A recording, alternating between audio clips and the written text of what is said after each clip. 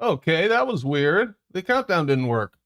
What's up, everybody? It is Monday, May 10th, 2021. This is Brandon, host of Brandon's Show. What's going on, guys? Hopefully you guys can hear me. I think I'm all set up now. Sorry for the slight delay there. I had to restart the computer so that we didn't get the error that is happening right this second. So, hey, let me restart it before we get too far in. Be back in 2 seconds. Okay, I should be back now. Let's make sure everything's working. Yes, yes, yes. Okay, hopefully that doesn't happen again. Sorry about that, guys. Rough start tonight. Bill says sound is good. Hopefully it's still good now that I've restarted. What's going on, everybody? How you guys doing out there tonight? How was your weekend? Mother's Day was on Sunday. Hopefully you spoiled your mom or your wife or some mother in your life. I tried to take mine shopping for some plants, but it didn't quite work out because it was closed. So that was a good deal for me, but not so much for her. Anyway, who's in chat? Gary Y. Benga, Gadget Inspector. What's up, Gadget? Sounds good. Thank you, sir. Page 42, Grave Dodger. New intro definitely needed. Yes, sir. Yes, sir. Yes, sir. You know what? I've got so many things going on. I haven't focused on that, getting that intro done. But every time I watch it, I'm like, fuck, this has got to change. So if anybody is feeling especially motivated, I'm open to suggestions on a new intro. I've got like 3 of them going through my brain. I just need to sit down and do it. So that's my long way of saying I'm a lazy fuck and haven't done it yet. Anyway, Zep Teppy, Rachie, hey Rachie, and Simsational. I like that name. Paul Cruikshank, Ian Adams. Ian, what's up, man? Ben Delight, Howard Moore, Mark Beretta. Please, Brandon, don't let Rumpus take over the show yet once again. I know you're kind, but enough is enough. It's not funny anymore. Now that just makes it funnier, Mark. I'm sorry. Dan Morris. What's up, Dan? Sean Hawkins. I made a tribute post to you on Friday after the show. I was so inspired by that beautiful picture that's floating around there. I hope you enjoyed that, Sean. David Reed, Enigma, and Bill G, who gave me a sound check as well. Thank you, sir. Adam Meekin, evening. Second best Bob, making sure I get everyone. All right, guys. Yeah, you know what's going on. We're gonna go into the Discord, see what's up in there. We've already got about 12 people in there. Should be a fun show. I don't see Rumpus, Mark, so we're good so far. But it's not Friday, so I don't have to put up with this shit. All right, here we go. Yeah, I just described it. Okay, right. So let's say your backside. Let's say your backside is 4,000 miles, right? So you shoot from your 5-foot observer, and your backside is 4,000 miles. Something ridiculous, right? There's going to be an enormous amount of drop, right? Let's just say we mark 500 as level. 500 miles as level. Okay. Yeah, whatever it happens to be. And backside. Yeah, whatever it happens to be. The difference in those measurements on the grade rod, right? The drop on both of those measurements will be equivalent. So when you carry an elevation from your backside to your foresight, the drop cancels out. You will carry an elevation correctly. I see what you're saying, but you're missing the point. The point is level. If I'm marking my level at 500 miles, even out at 500 miles. And it's 100 miles. Okay, that's what I write down.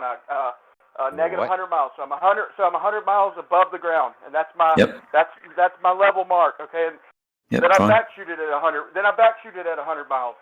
Okay, I mean I backshoot at 500 miles, and it also gets a negative 100. So I'm 100 foot above the ground there. That's my level. That's my point of level at that point. Now, and I'm 5 foot off the ground. So now if I do a 5 foot, I move 100 foot forward. And I'm 5 foot across the ground shooting level, and I get a shot at 5 foot, and then I back shoot 5 foot, 100 feet, 100 meters, and then I do another 100 meters, and my level is at 5 foot, and then I back shoot to my previous mark of 5 foot. What you're not understanding is that you're doing different distances. I'm using an extreme, but it doesn't matter if you're differential, if you're doing back shots and forward shots, it doesn't matter. If you're doing It does different matter. distances, no, man. If you're doing different distances, you're going to get different elevations, man. Yeah, if you're doing different distances. If you're doing different distances, correct. Right. So- If you're in the so, middle, the you're doing the topological same surveys, distance. If you're doing curvature corrections to them, you are having to assume that every shot is at the same exact direction. Okay, it's No, not the same direction, line, just the and same distance. And it's distance. It's got to be same direction too, Ruhif. No, it doesn't. Deviating.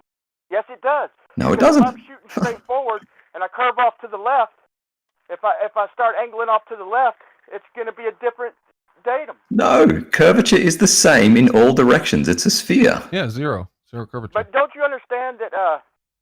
That I mean, I'd like to see somebody prove that you're shooting around the sphere anyway. I'd like to see somebody try and prove that. That'd be nice. Try and prove what exactly? Try and prove that that I'm making angle changes on the ground. You know, every shot that I progress around. You know, going around the ball. That I'm actually going around the ball. That's demonstrated with a single shot. If you do a single shot from one elevation to another known elevation, right, you'll see that eye level drops. So what? If I'm going up a hill, like if I'm going up a hill shooting, well, that wouldn't make a difference because we're still going by the level of the instrument itself. So yeah, I guess the ground underneath wouldn't matter. But yeah, but do you I make understand my the point, basic though, concept, I make right? my point with the horizontal, my level shot. So you do agree that they would have to be equal distance? Yes. Yes, that is how to do differential leveling correctly. Have your instrument in the middle. No. I'm not talking about just the forward and back shots. I'm talking about each shot done in the same distance as the one before it, not just the forward. No, back. you can make individual pairs of shots different distances, but Okay, well, I just showed you each why backside it to wouldn't work. foresight. How would it work? Because in 500 miles, my mark would be 100 miles in the air. If, At 100 yeah, right, feet, it would only be right. 5 foot. Yeah, but then you've So got an they unbalanced equal shot. You've just done an shot. unbalanced shot. You've just gone backsight 500 miles, foresight 5 feet, right? That's not in the middle. No. I went back and I went forward and back 500 feet. I mean 500 miles. Yeah. And then my next shot, I only went 100 meters. Yeah. Is the backside 100 meters and the foresight 100 meters? It would be different. No. If your instrument is in the middle of those 100 meters backside, 100 meters foresight, again, the curvature will cancel out. Yeah, You'll zero. carry a correct minus elevation. All right. Well, yeah, go ahead. No, I was just gonna say, and of course it cancels out. 0 minus 0. Ah, very funny, Brandon. I was Yes. No, gonna- I one mean more- that's one more that's way to accurate. describe. That's the truth. So I'm just pointing that Well, out. except if you do an one more way. unbalanced shot, you expose curvature. No, you don't. You never. So see okay, if I'm on a Yes, you curve, do. Got it. if I'm on a curve and I'm shooting for a horizontal, I'm shooting for level, am I going to get the same elevation at 100 foot as I'm going to get at 1,000 feet? If your instrument is in the middle of your backside and foresight, yes. So you say that if I shoot 100 feet, my crosshairs are going to be the same.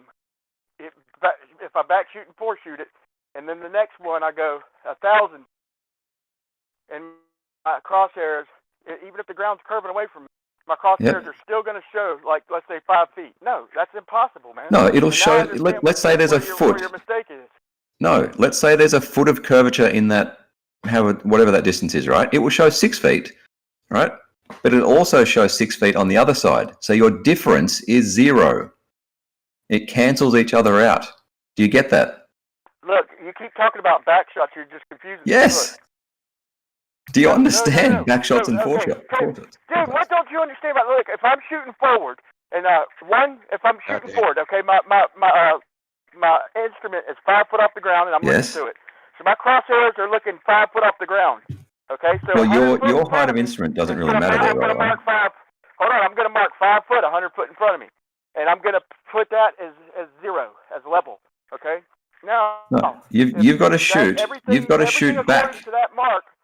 Everything according, and I shoot back, and I get 5 foot. No, I'm on a you're level carrying your backside. The instrument height doesn't matter, right? shoot back. You shoot back to get 5 feet, and then you carry that 5 feet to the foresight, which may also be 5 feet. You're claiming that your instrument has a height, and that's important. It's not. I'm just putting it there. I'm just doing that to make this easy for you to understand, dude. And you're not understanding it. No, when you say your instrument is at 5 feet, you are effectively making no backsight and 100 feet foresight. That's what you're saying. Assume that every shot we do, we backsight. That Right. So that what is goes the without elevation saying. at the backside? Every shot we do is backsight. Okay. Right. So, What is the elevation at the backside? Okay. If I go 100, so what you're saying is that if I go 100 foot, I'm not going to match up with my 500-mile backshot. That's what you're saying? Well, then you've got unbalance. If you've got a 500-mile backside and a 10-foot foresight, exactly what I'm saying, though. yeah, that's going to show curvature. So you're assuming that every topological survey is using equal distance. Yeah, they should be. Shot. Yes, or short shots. If they do short shots, then the curvature's fuck all, right? But you don't see why they'd have to be in the same direction too. You don't understand? No, that? they don't. The curve. A sphere curves at the same rate in every direction. If I take a 90-degree angle, man, I'm gonna make a little video to try and explain my concept. Yeah, I think you're confused with the height of the instrument. The height of the instrument where you are in the middle doesn't matter. You're just carrying an elevation from one backside to a foresight. I was only trying to do that to try and get you to visualize it around eye height. That's the only reason I was saying the instrument height, because that's what you're looking at. Right, so the instrument height doesn't matter. Yeah, exactly. It's the positives and negatives, okay? Right. So when we shoot, when we shoot backwards, when we shoot backwards to a backside and it reads 5 feet or whatever on the backside grade rod, that may have an inch of curvature in it, right? But it still reads 5 feet. When we go over to the foresight, so you use a grade rod now, Rubus? No. If we're doing differential leveling, yes. It'll read 5'1" if it's got an inch of drop. Yeah, whatever it reads, we're just going to take the difference between the backside and the foresight, which will have equal amounts of drop in it. 0. So you have to assume that still goes back to the beginning, where you have to assume that you're changing angles. Period. You do have to assume. No, that. I know the Earth is a globe.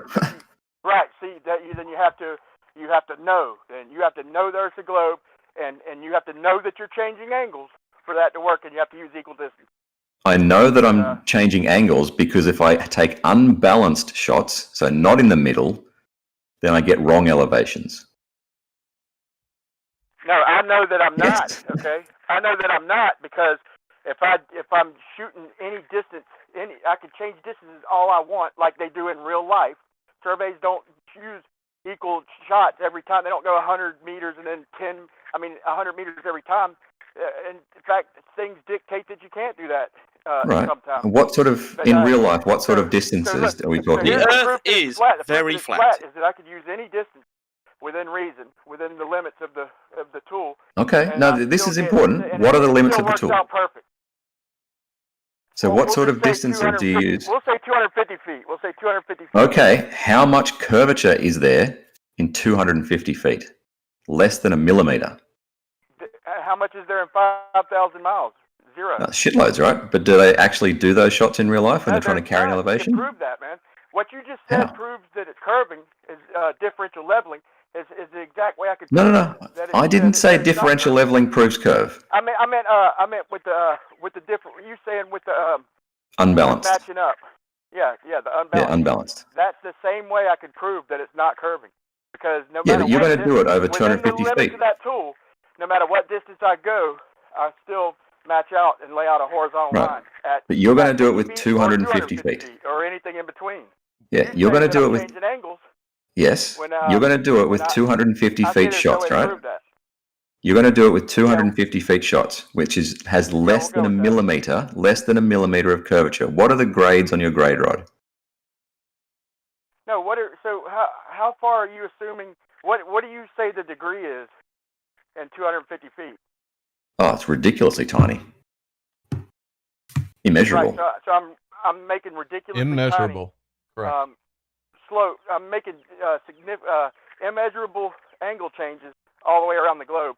Even when I use different distances in my shots, and they're still matching up perfect. Yeah, so the angle measurements, so Brian Mullins forced the line, right? He goes, let's have this, I forget what he called it, but some device that makes things 90 degrees. And I did the maths on it, and the difference was between perfectly 90 degrees, and I think it was 89.99998 something, right? No one's going to measure that. Cannot be measured. Are you saying curvature can't be measured? No, I'm saying it can't be measured in 10-foot increments, as Brian Mullen suggests. Can you measure the difference between 90 degrees and 89.99998? Here's my point about the distance. So if I go 100, if I go 100, oh, sorry, go ahead. No, I can't. Okay. So that experiment from Brian Mullen is useless because no one is going to be able to verify either way, whether that's 90 degrees or incredibly close to 90 degrees. Right.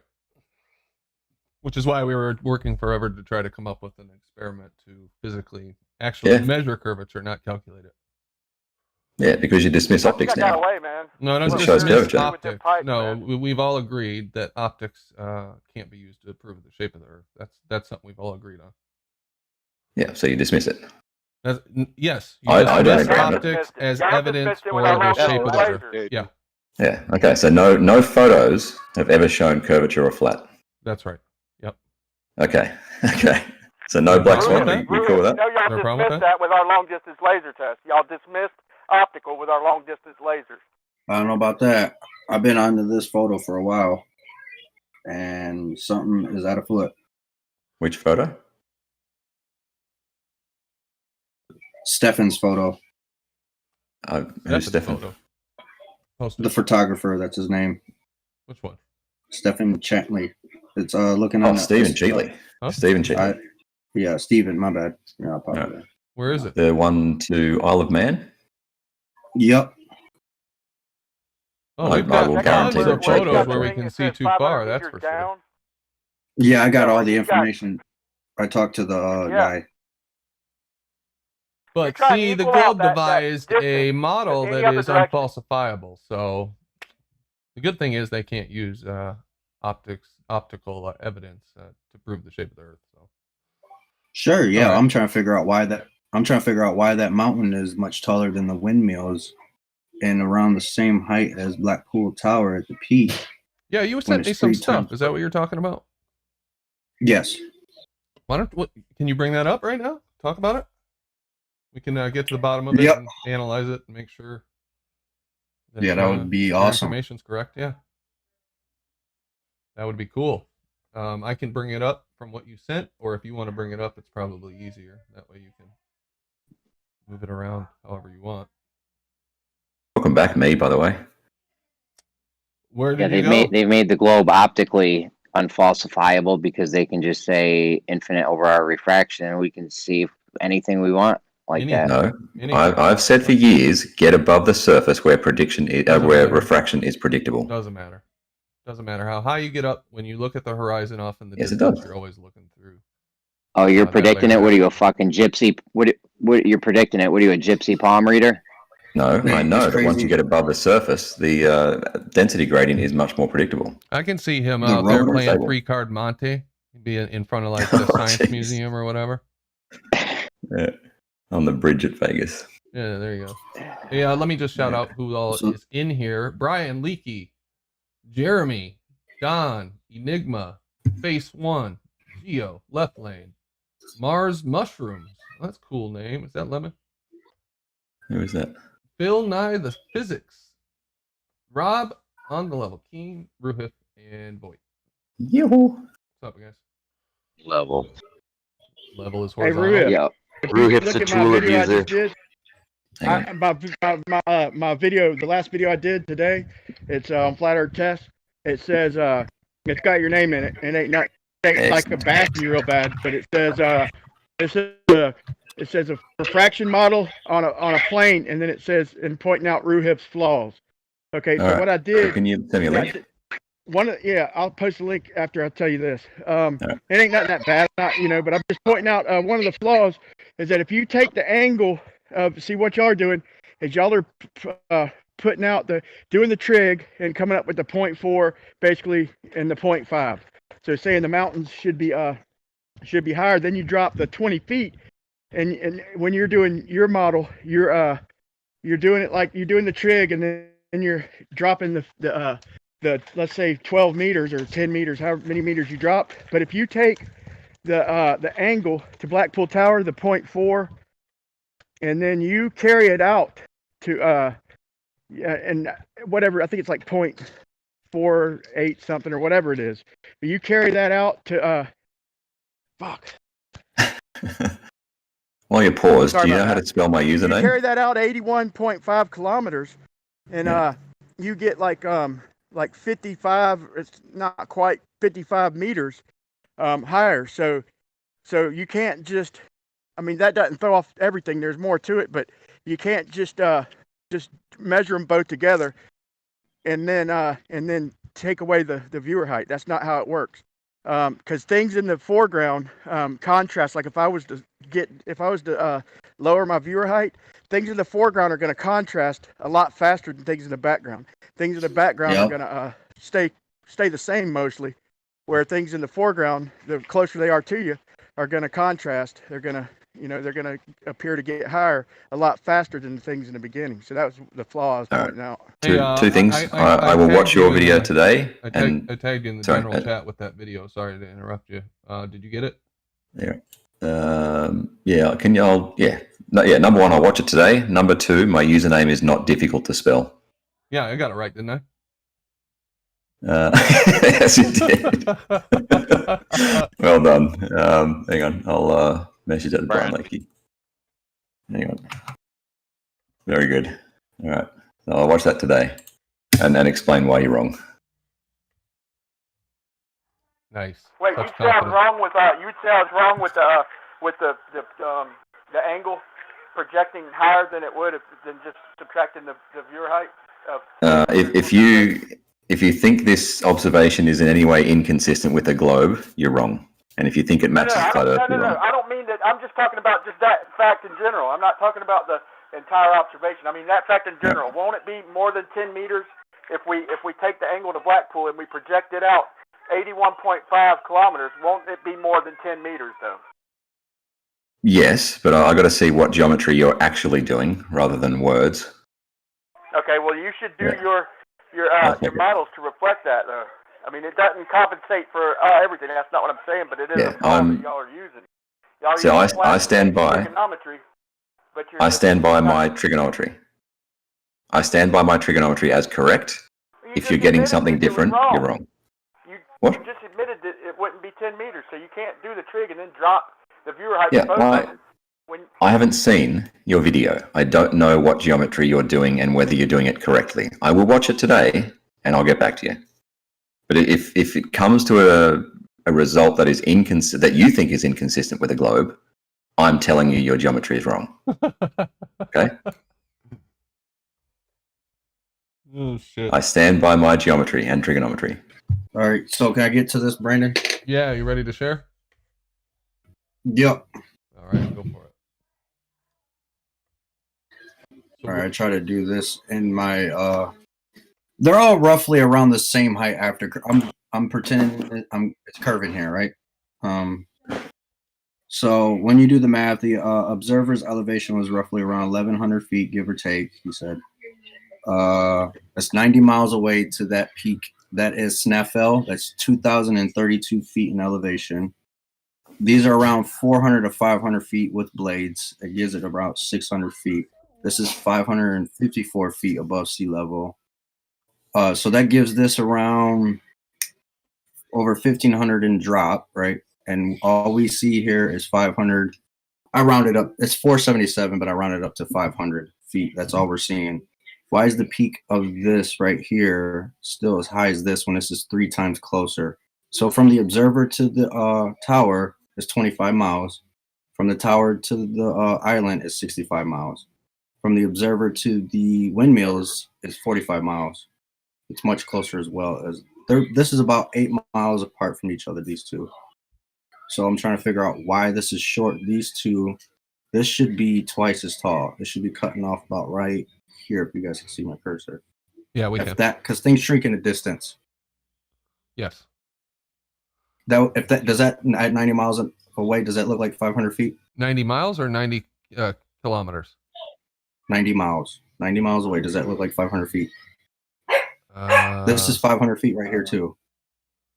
Does that look like 500? That's 65 miles from this. Does that look like things shrink in distance? right. Right. So does that? It should look like this. This is roughly around the same size. They're roughly around the same size. Yeah, I could have done this a little bit better. I did it in inches. I did for 1 inch 1,000 feet. Then I went to 25 inches, and then from there 45 or 45 miles to that, and then I did 90 inches. It should be cutting this tower off right here. If that mountain was indeed curved, and the rest we see is 500 to 600 feet, it should still cut that off. It looks like we're seeing more than that. Mm. Yeah, I haven't analyzed these type of situations, 1,000 times like Ranty did, so I'm not too sure I can do it on the fly, but maybe someone else can chime in. And Yeah, I can't do it on the fly, but if you want to DM me all the relevant information, I'll also tell you why you're wrong. Well, okay, if I use the Earth curvature calculator real quick, I'll go back to that. Yeah, no, I'm not going to analyze it live. I'll need to verify all the, whether you got the right turbines, observer location. Yeah, he told me that it's Dudden Sands, west of Dudden Sands, which is 8 miles away from Blackpool Tower itself. So they're relatively close as well still. 45 miles. If you would like me to analyze it, can you DM me all the relevant information? Yes, I will. Okay, thank you. okay, And I can predict what Ruhif is going to come back and say. Earth is sphere. Refraction. Earth is sphere. Even with I will not claim infinite refraction. I will claim 7/6R because he is well above the surface, right? You can hold me to, pretty close to 7/6R. What? Well, So- you could. Hey, and now, another thing I pointed out in my video is you got to start using our refraction model, my refraction model, if you're addressing me. Oh, I would love to use your refraction model. It's standard. It's standard refraction. It's a standard horizontal refraction. I call it horizontal because it's a horizontal viewing angle. Hey, Of course, the light's refracting vertical, but I call it standard horizontal refraction, and it's a rate of 5 inches per mile squared at light refracting upward. Okay. It changes. It's a function of angle, a function of degrees. I'm about to release that video here in a couple days, where the higher up, the higher the degrees, the less the refraction, to where when you get 90 degrees straight overhead, it's 0. But anything under 1 degree is 100% of standard refraction. So you have to apply that with normal weather. Like middle of the day shots. Where did standard refraction come from? I've been modeling it to make all these all the pictures match my model of no curvature. And real quick, your model has predictive power, correct, Brian? It can predict. Yeah. So his Excellent. model has predictive power, Ruhif. I know that means a Excellent. lot to you. Yeah, I took Ranty's picture, or whoever took that picture, and put my model on it and showed you why the mountains. And I did the math and the trig and showed you why the mountains are higher than Blackpool Tower. And I pointed out what y'all are doing, using the viewer height equally to both distances, which is faulty. But that doesn't change everything, but it's still faulty in my opinion. That's the video you put out today, right? Yeah. So, okay, I'll watch that today at some point. So real quick, Rufus, if you're going to use standard refraction, right, you're going to claim that it's lifting the mountain up more, right? Correct? Yes. Why wouldn't it do it to the windmills? Why aren't the windmills lifted up? It would. But they're not. Blackpool Tower is still at 544 feet. It's still taller. It doesn't change the than the windmill. actual heights of things. I'm But gonna the film you. same height as the tower. I mean, the mountain. Ride it, boy. Ride it fast. What was that? Oh. I'm watching. You don't gotta watch. If the mountain is, if it's drop, it's over 1,500 feet of drop right there. How Yes. are you seeing that much of All mountain? right, you good? You Yeah, good? I haven't Look analyzed forward. this photo. All right, turn. Brian, can you mute Don't while go you're doing that, around. buddy? No, don't go around. It's dangerous out there. Oh, shit. Brian's kid's about to get run over. Hang on. There we go. Yeah, DM me all the information for the photo, and I'll analyze it. If didn't you and Ranty and Conspiracy Cats all go through this image together? No, And this is analyze one it? by Stephen Cheatley. This is Stephen Cheatley from somewhere looking across to Isle of Man, not Yeah, not to from the Winter Lakes Hill. District. From Winter Yeah. Hill. At 90 He's miles saying- away. He's My saying, mistake. have I analyzed this image previously? Possibly. I've seen it before. No, I've seen it before. Whether I've analyzed Well, it, I don't know. you can use refraction all you want. They were trying to do that over at Flat Earth Science versus Pseudoscience. And we're still, that tower should be much bigger than that mountain. Okay, period. DM me all the information. You realize it's 3 times closer, right? Well, I don't yet because I don't have the information with distances and everything, or the observer location. If I have the observer location, Yeah, the observer location is Winter Hill, and he's roughly 1,100 feet in elevation. That's 90 miles from him to that mountain, that peak of that mountain. That's Sneffel at The Earth is 2,032 very feet. flat. yep. All right. If you can give me the observer location and your claim, what your claim is, all right, then I can Hey, if I analyze can it. pull up that picture, if you can pull up the photo, we can apply my refraction model to it and Yeah. show you that it works. Hey, Ruf, I wanted to ask you one more thing. Yeah. I might need a break here, but so you did agree that it's fallacious to apply the trig to the viewer height, to apply the identical trig to both distances, apply the same viewer height, and this trig stay the same. You do agree that it would change. I would need to see a diagram of what your. For me, trigonometry is very visual. So people saying words, if you can draw it. Yeah, I know. I'm having a hard time. Trigonometry is very visual. Are you sure I'm having about a hard that? time explaining it, but I did a better job earlier No. when I said that. I Yeah. said that if you took and projected the angle to Blackpool Tower, if you projected that same angle out 81.5 kilometers, then you'd get a different height than you would. It compensated for about 40 meters. Yeah. By applying the. Yeah, the I'll watch your video. I'll watch I your think video. Ruhev's got a new numpty clip coming. Excellent. From QE. How funny was QE getting called out for that coaching video? That was hilarious. I don't know, but trigonometry is very visual.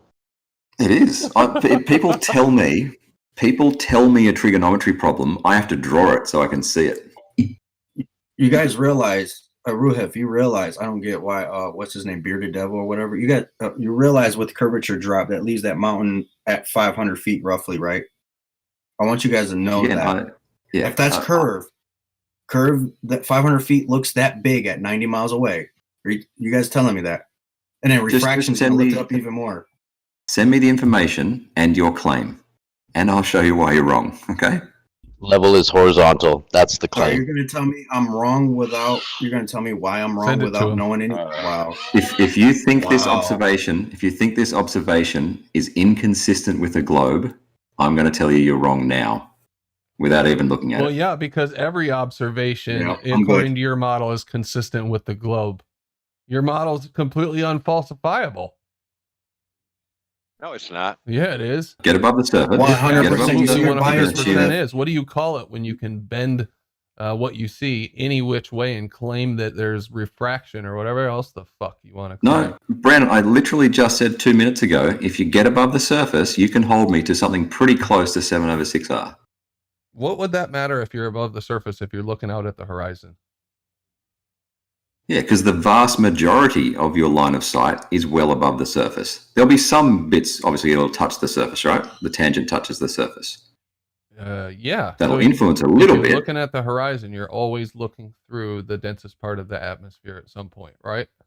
Yeah, but the vast majority of the line of sight that path the light takes, right? The vast majority of that is well above the surface. Therefore, I'm happy to be kept to something close to 7/6R. But you've got Right, the no light black coming. hole Let's say zero. the light's coming to you from the horizon. Now it's going through No. different density air in its angle to you where you're at a higher elevation. So you're telling me that doesn't have any impact on the way it presents to you in your model?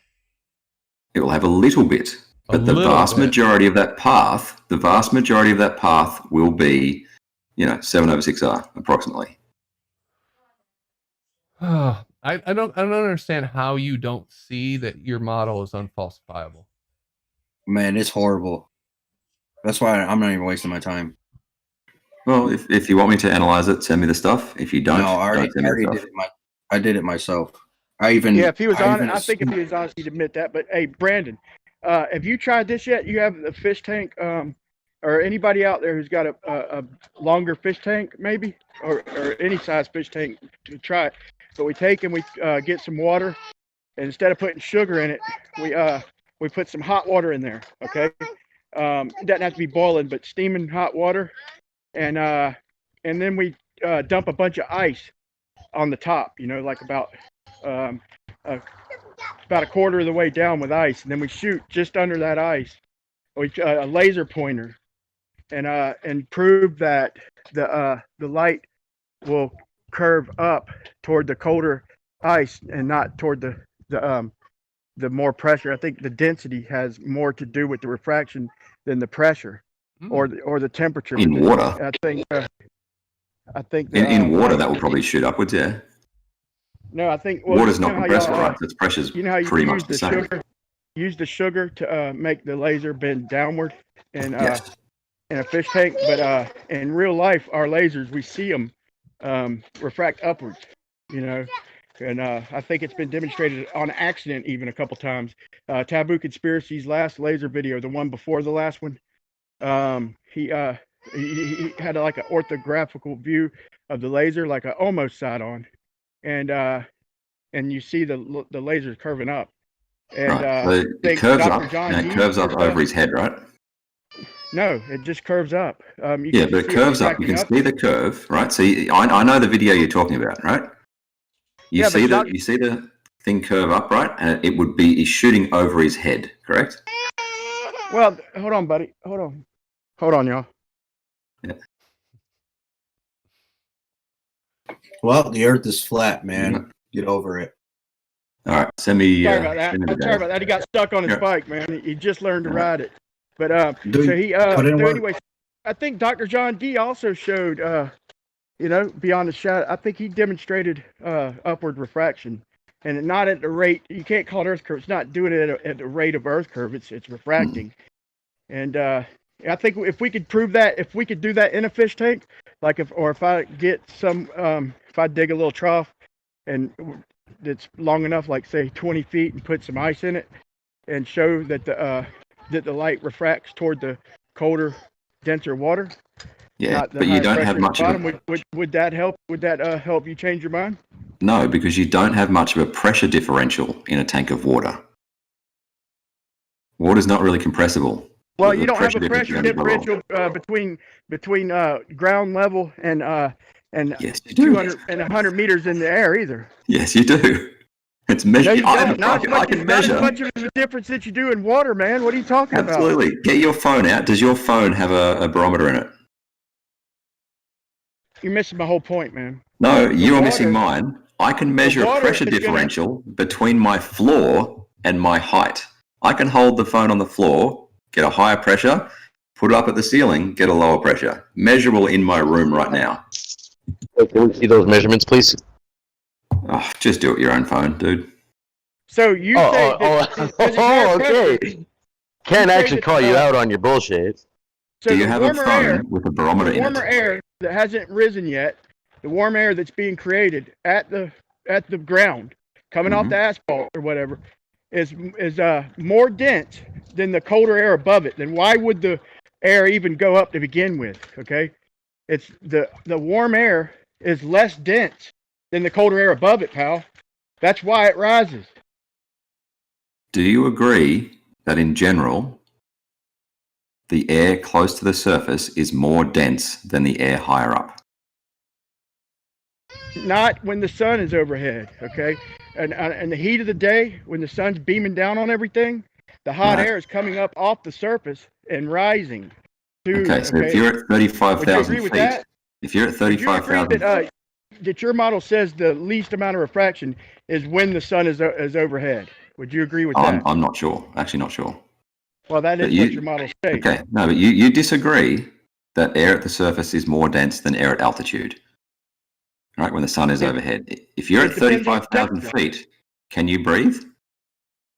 No, I'm not talking about No, that height. okay. I'm not talking about that height. I'm talking about the height of the viewer. Once you get up to about a mile, then the percentages, I mean, once you get over 1 degree, the percentages in my model change. They start. Okay, I would love to see it. Radiating down to 0. The more degrees you get. I would love to see it.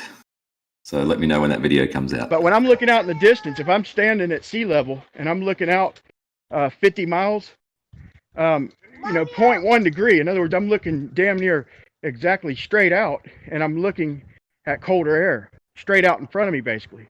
So it's got to refract upward. If you're at sea level, it can be extreme in either direction. The density gradient close to the surface is unpredictable. I'll agree with that. I'll agree with that. Okay, so you agree that you would agree that over 50 miles looking straight out, you're looking at colder air, right?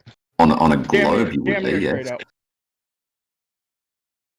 On a globe, that line of sight will hit colder air, yes. Not on a plane. Not if it was level. In other words, the clouds that are like 10 miles away are just barely above the trees. So you're trying to say there's 2 miles of curvature and 10 miles to bring that cloud down to the horizon? No, you're saying the temperature changes as you go across a flat plane, and I mean it could. I don't know why it necessarily would. No, you're saying it's going to hit colder air. Perspective viewing. What it is a perspective viewing. So I'm looking straight out. Like the other day, I think it was I forgot the guy who was saying it, but he was saying, the radars are pointed upwards, or they wouldn't get the clouds. So that sounded funny. So I looked it up, and no, the radars are not pointed upward. They're pointed out at like I think like 0.4 degree. Oh, he's stuck again. But they're pointed like 0.05 degrees or something. And you can't even notice the difference to the human eye. It looks dead level. So if I'm looking straight out, then I'm going to be looking. The clouds drop toward the ground, so the ground rises up close to viewer's height. Basically, everything slopes up, so it's a perspective angle. So a mile in height and 10 miles is going to be only like at about 0.5 degrees. 10 to 1? No, it's going to be more than that, right? Yeah, I mean, not quite that, but you know what I'm saying, though. In other words, everything in the distance compresses down to the crosshairs of the auto level, we'll say. All right, anyway, I got to go, people. So, Brian, I'll watch your video today, and Don, if you can send me information, I will analyze it. Love you guys. Bye. Take it easy, Love man. you too, Ruhel. And be careful, buddy. I wish he would have admitted to Brandon, man. He should have. I have a hard time putting shit in words sometimes, so help me out when you understand what I'm saying, Brandon. But I'm having a hard time wording it, and I'll shut up. I try to. I can't believe he would. I try to understand what you're saying. Try to slow you down a little bit, because you get going, it's like a boulder rolling down a hill. Try to catch it. I understand that. I can't believe he wouldn't admit to you that it's an unfalsifiable model when they're using refraction to make it work. I mean, I've heard a couple of them be honest and admit that they use the refraction to match the picture. That's why he said you should show me the observation and I'll show you why you're wrong. That's all I'm asking for, is just say, yeah, you're right. It is unfalsifiable. We could say that light's bending however we wanted.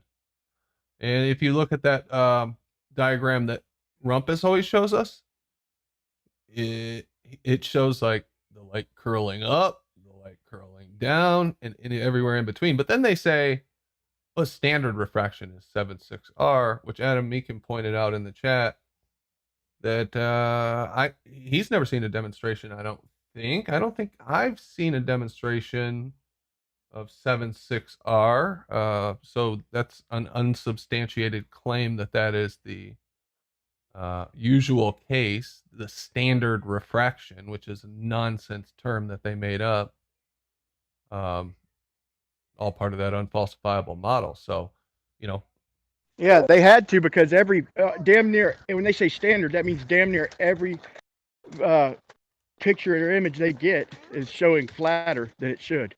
So they have to instantly add the 7/6R. In that video too, I have them saying a couple times, pointing it out. And then we put the 7/6R, because none of their shit works without it. yeah, exactly. And then when it goes beyond 7/6R, then they start installing other optical phenomenon, so making their model unfalsifiable. Right. That Anyway, should be the standard of somebody joining the show. They have to at least be honest and admit that, to at least to a certain extent, before they even get to have a conversation with us. We got to have maybe not that. We got to come up with a litmus test on honesty, and even if it's not that question, a question that to some degree they have to agree with, just to show that they are at least honest. I've thought about that a couple times, and a couple more that I've come up with is the ISS, the video where the guy drops the screw.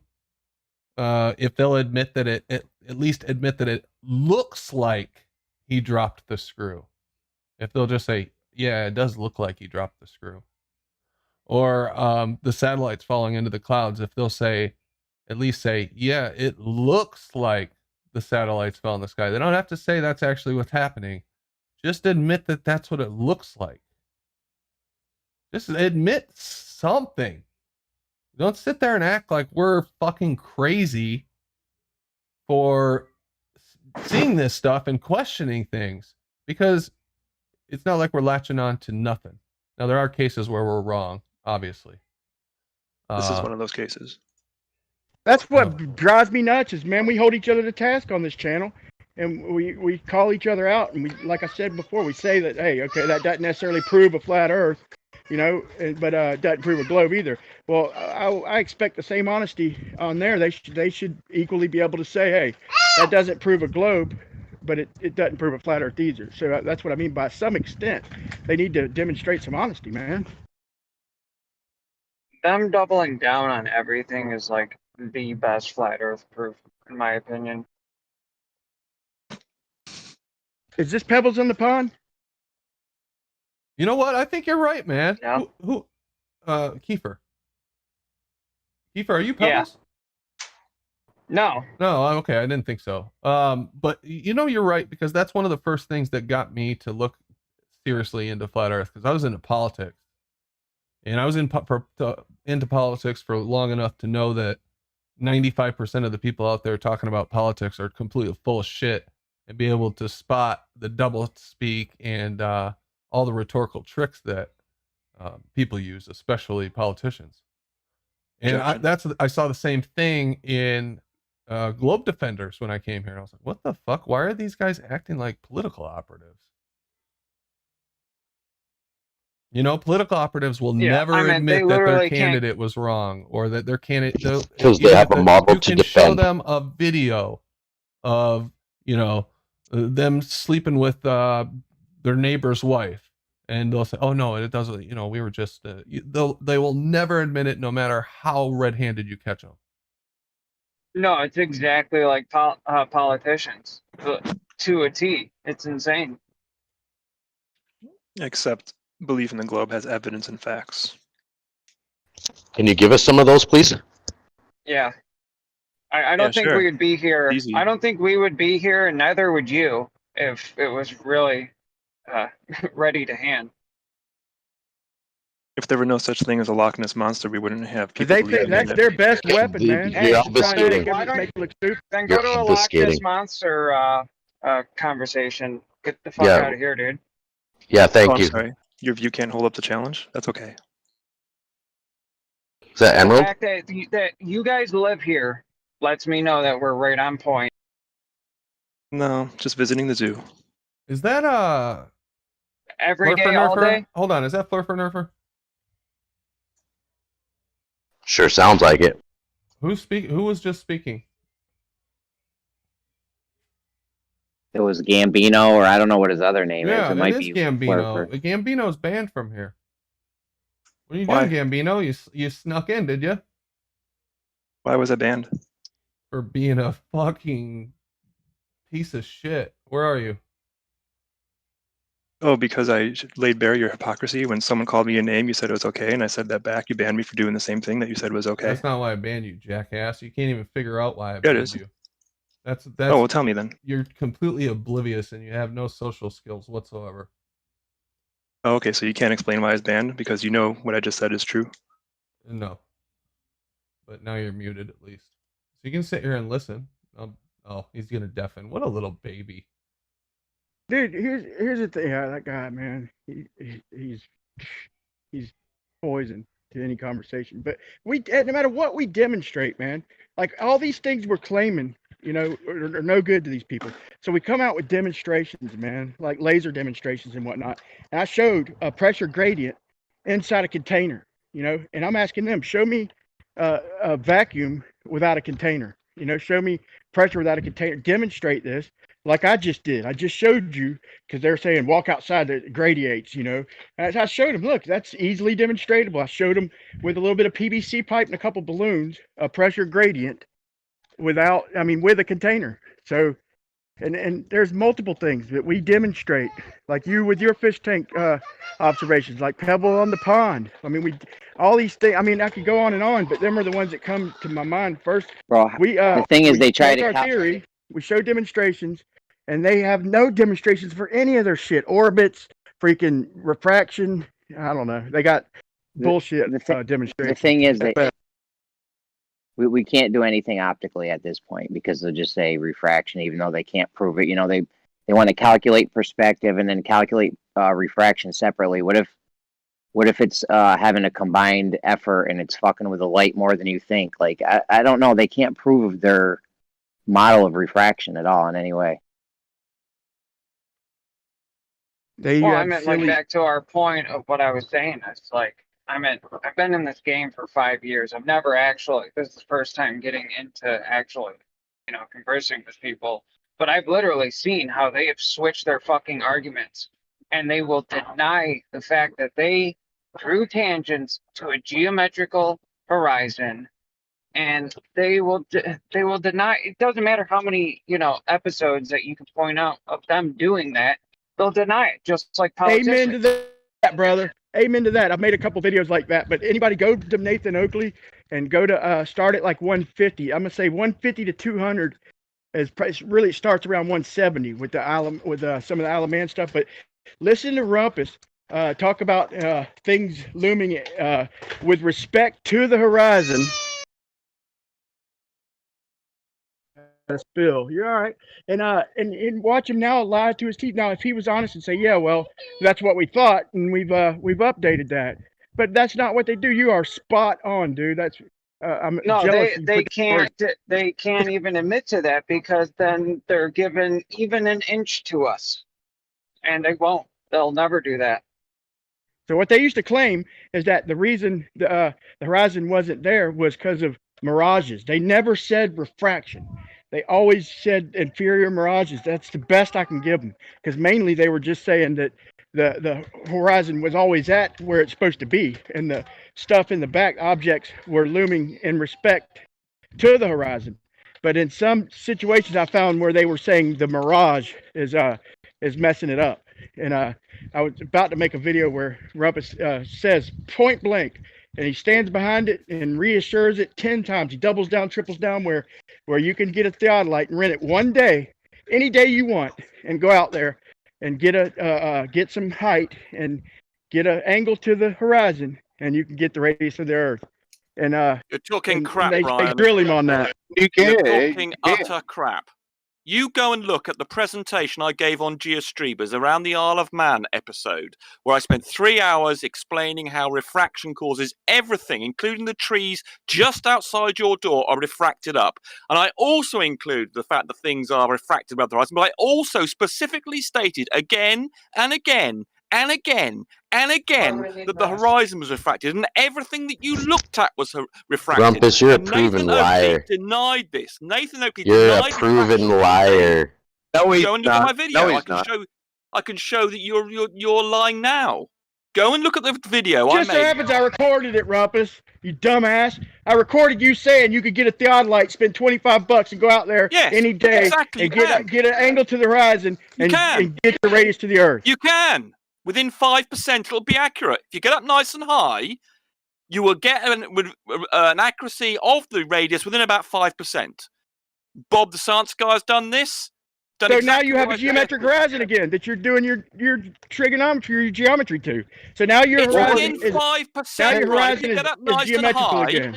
if you get up nice and high, you'll get the answer within 5%. I have to keep on saying this about getting up nice and high, but you forget that because you want to remember No, I don't what you forget want that. to remember. So I don't forget that. You're the one forgetting everything, pal. I will stand by every word I've ever said because I'm always correct. Okay, so what are you getting angle to? Rumpus, what are you shooting? You can measure the radius with a I heard you. theodolite, and I I heard you. maintain you can I within hear a you. reasonable level of accuracy. I hear you. Now, what am I So drawing don't my accuse tangent me to? of lying, you little wanker. You're 'cause I lying haven't, second and I will- shit. What are you and drawing I your will angle to? repeat- And I will repeat what I said 3 years ago. Just so that you happens I recorded it, and I'll buddy. say it again.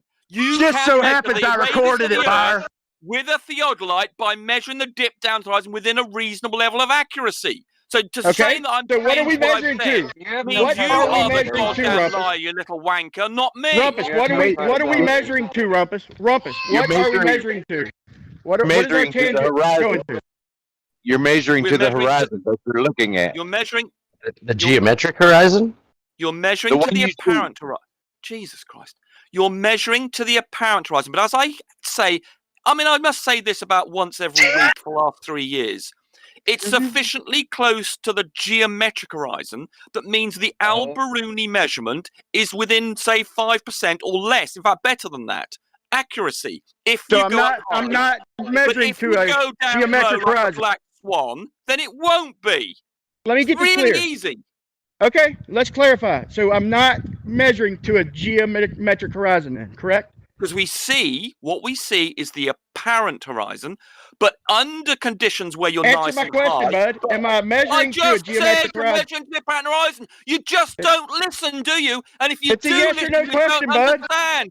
Because need you're clarity. a Three moron. Three times already. He said So let's apparent try horizon, again. apparent horizon, apparent Let's try horizon. again. Did you not hear? You measure to the apparent horizon, but if you're But up you're not nice doing and high like geometry. Al-Biruni was, if you're up nice and high like Al-Biruni was, or if you just get a few hundred feet up, the geometric horizon and the apparent horizon are very close to one another. And the modeling that Phil Nye and I have done on the Blackpool thing, the geometric horizon and the apparent horizon are incredibly close together. You visually could barely distinguish them. So that's all you're why doing is the giving me Al-Biruni thing works. you're giving me averages at best. Then give me proof. Yeah, it's an Give me approximation, proof and that's that why your there's a give me 5% proof that your error. radius is what you say it is. Don't give me averages or within 5%. Give me proof. Give me mathematical proof that your radius That is, is 3959.8. 0.8. That's what that is, Brian. That's Can what I that address is. those statistics, Brandon, when there is a second? 5%. I think there's a famous picture that's called the Black Swan. Oh my God. Would you suggest that the You horizon in stupid that wanker. picture You stupid is wanker. I've within just been going on about. 5%, You see, this is what happens. These 500%, Shut up, stupid Rumpus. morons. I've just been going on 1,000%? about how you have to get up what, high, Rumpus? and then this Is it within? wanker comes Brandon, on. and can says, you "Oh, mute you're Rumpus for a minute, please? You just cut Adam off real bad. listened, and he hasn't understood what I've just bad been ad saying. bomb.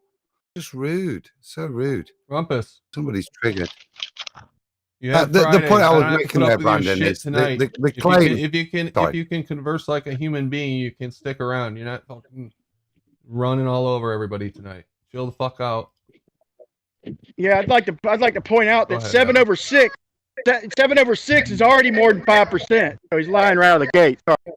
Right. Well, I that went was, on. that Hold was, on, that Adam was talking. that was, Rumpus. Let Adam finish. that was 7 over 6 was the first unsubstantiated thing, but the point I was asking Rumpus, which he stated boldly, was that this horizon that, and I stand corrected, isn't geometric, but can be optically measured to be geometric within 5%. How is that addressed within the Black Swan, where we have a 1.225? I think we've got over 10. I think we're happy to say that. We could push it a lot further to be sarcastic, Rumpus, but if we say over 10, is 10 miles within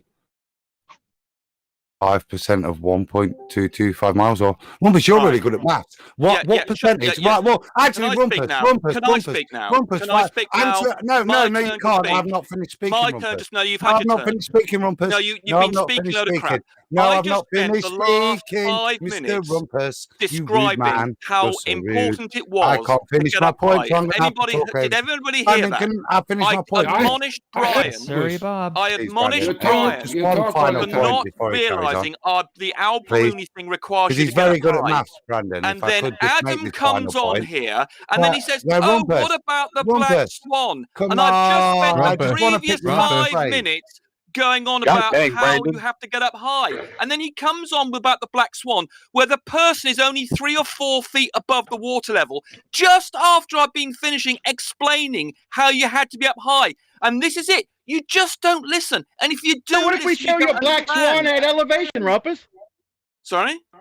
What if we show you a Black Swan at elevation, at 300 feet? I haven't seen that. Can I finish my question? They're all Black Swans, Rumpus. Your 7/6 is more than 5%, dipshit. No, hell, that's all. But when you're looking down from a high mountain, it actually becomes less than 7/6R. What percentage is your 7/6, Rumpus? Let's see if you'll be honest to the audience. What percentage is your 7/6? When you are looking down, the 7/6. Can I ask my question, please, Oh Rumpus? my God! No, I haven't finished answering. Come on, I mean, didn't finish. I don't know whether you. Hold on. And you didn't Adam, allow did me you to not ask the hear question. me go on and on about being up high? On a bit of maths, and then you but you come want to on talk here over and then me. you say, You're "Oh, scared, aren't Rumpus you, is Rumpus? not telling the You're truth scared or something." because you know the number. No, I'll let you speak. But first, You know the number already. No, I'm more than happy to speak to you. You know the number. I'm more than happy to refute you. You But do when know the I've number, just don't spent you? the last 5 Come minutes on. telling Brian What's 10 off miles as for a not percentage of absorbing the 1.2 fact miles? that I said you have to get high, and then you come on here and you say, "What about the Black Swan?" What and when I is just 10 spent miles 5 minutes as a explaining percentage? how you Oh, have Hey, to Rumpus, be can't you just answer his question? Rumpus, if it's such a stupid question, just answer it. Answer Adam's right, but I question. haven't finished my point yet. Can I ask Brandon, you? you- Oh, it's hold all on, right. I'm going to talk to here's Brandon. the Can I just talk to Clean, Brandon you're for a a second? legend, Can I just Can talk I to just Brandon for a get the second? Rumpus muted? Can I for a just talk second, to please, Brandon? Just to answer the Okay, question. let the Rumpus Right, go ahead. tell 10 more I seconds. don't. I genuinely don't enjoy doing that. It's not a pleasure. And I want a I citation for have Alberini's questioned many elevation too, times. guys. He's Come gone, on, guys. Just give me Everybody can 30 breathe seconds, easy now. please. Give I hate him to a sound- place. I hate to Okay? sound like the Rumpus, but the point Rumpus started this statement was that everything was within 5%. Now, if we take, as I said, 1.225 miles as the distance to the horizon, and the Black Swan, which I generously give 10 miles, thank you, Gleam, in chat, 719.67% is the increase. And I think that's significantly more than 5, and therefore hard to extrapolate how an increase in altitude can have that much effect, as much as Rumpus wants to put the point onto that after his false statement. But if we could just deal with the false statement, which Rumpus doesn't want to do, the increase is significantly more than 5%. It's 719.67. It's a false equivalent. It's not the same observation. Okay, then give us a citation for Alberini's elevation so we can do it right. And 7/6R is already over 15%. You understand that, right? 7/6R is over 15%. It's not his exact measurements I'm talking about. It's the methodology in which you can do it under particular conditions, such as raised elevation with a proper tool, and then you're measuring the apparent horizon. That's why that methodology is brought up. Right. Yeah. Why did they have to do Wait, Brian. Wait, Brian. You don't have to do 7/6R. What you do what to tool? mitigate the refraction effect. Hang on. Raise What tool? elevation. What tool? You can use Raise theodolite. I don't give a raise shit. the elevation and forget refraction and just do the measurement. Is something like a standard refraction. There is no standard refraction. It's changing refraction always. But the standard refraction is A over the standard refraction. It's not real if you think about it. So what is the answer from the globus of the standard free refractions? That is not the reality, but they are saying it's the reality, but we have proven it isn't. So what is the answer?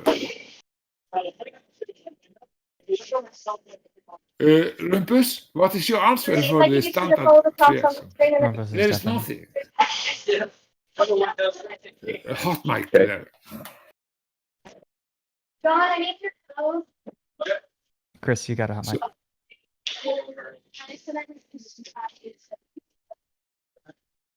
Chris? Okay. Who's got the hot mic? Chris Berry. You got it? Okay. I got it.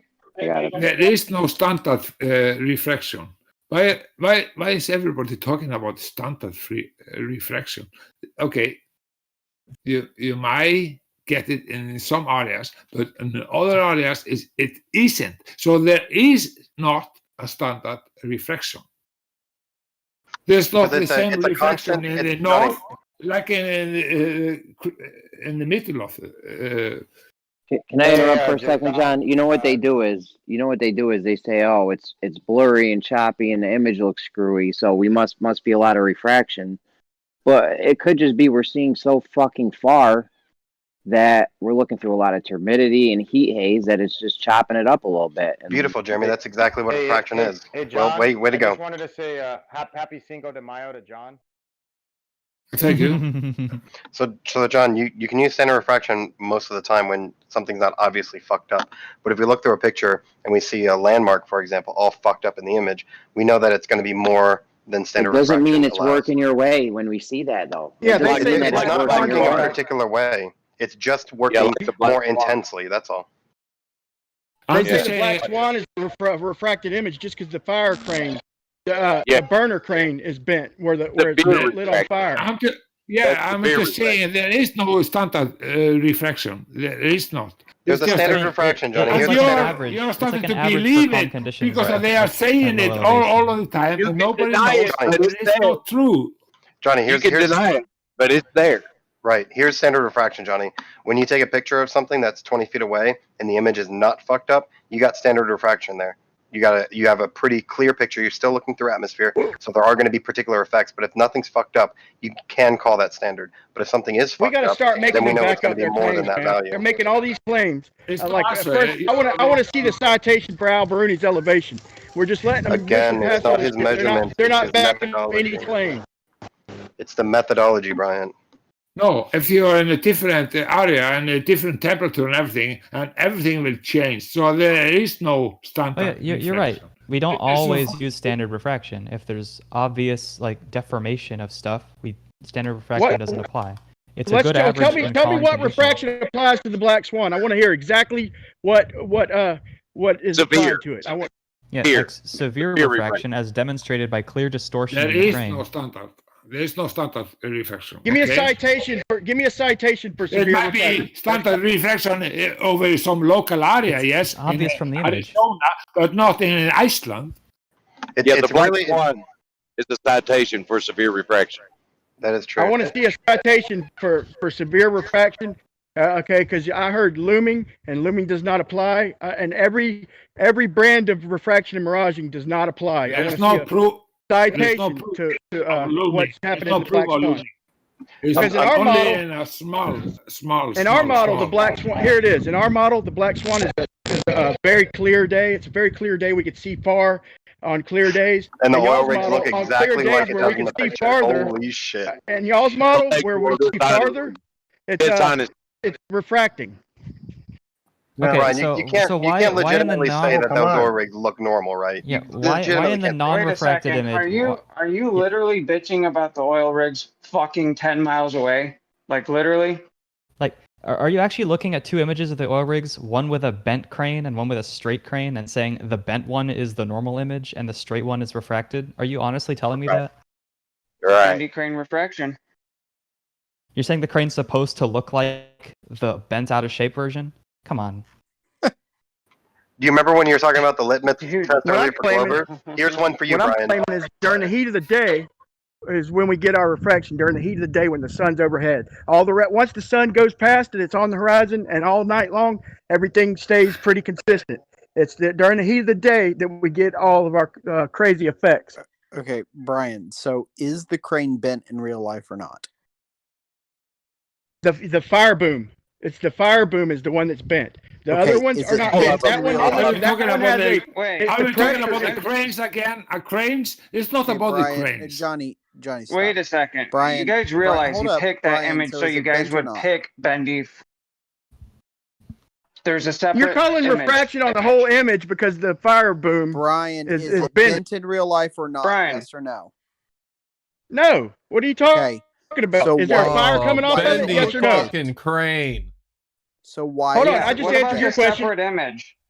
What Yeah, about the you answer my separate yes. image? Answer my yes or no question. Is there a fire coming from that boom? I don't think so. What are you Well, talking you'd be about? wrong. You'd be wrong. There's a fire. It's a My fire knowledge, those brigade. oil rigs are decommissioned long before that picture was taken. But I could be wrong, but that's my knowledge about it. Yes. Okay, then The whole why wouldn't point of it- everything in that image be bent at the same height as everything? It's a fire boom, you lying sack of shit. Because refraction does weird fucking things, and then there was a random picture on a random day that you can't get again, showing that it's all fucked up. Why'd you just say we can't get again? We got that shot Have you multiple gotten? times. Do you have bendy? Do you have bendy booms? You have another one? Okay, What so does you're the saying boom miraging bending is happening matter? for one boom only. How You guys- why hold does a on. bendy No. boom The equal? whole Hold on. You shouldn't be able The to see whole this plan- far.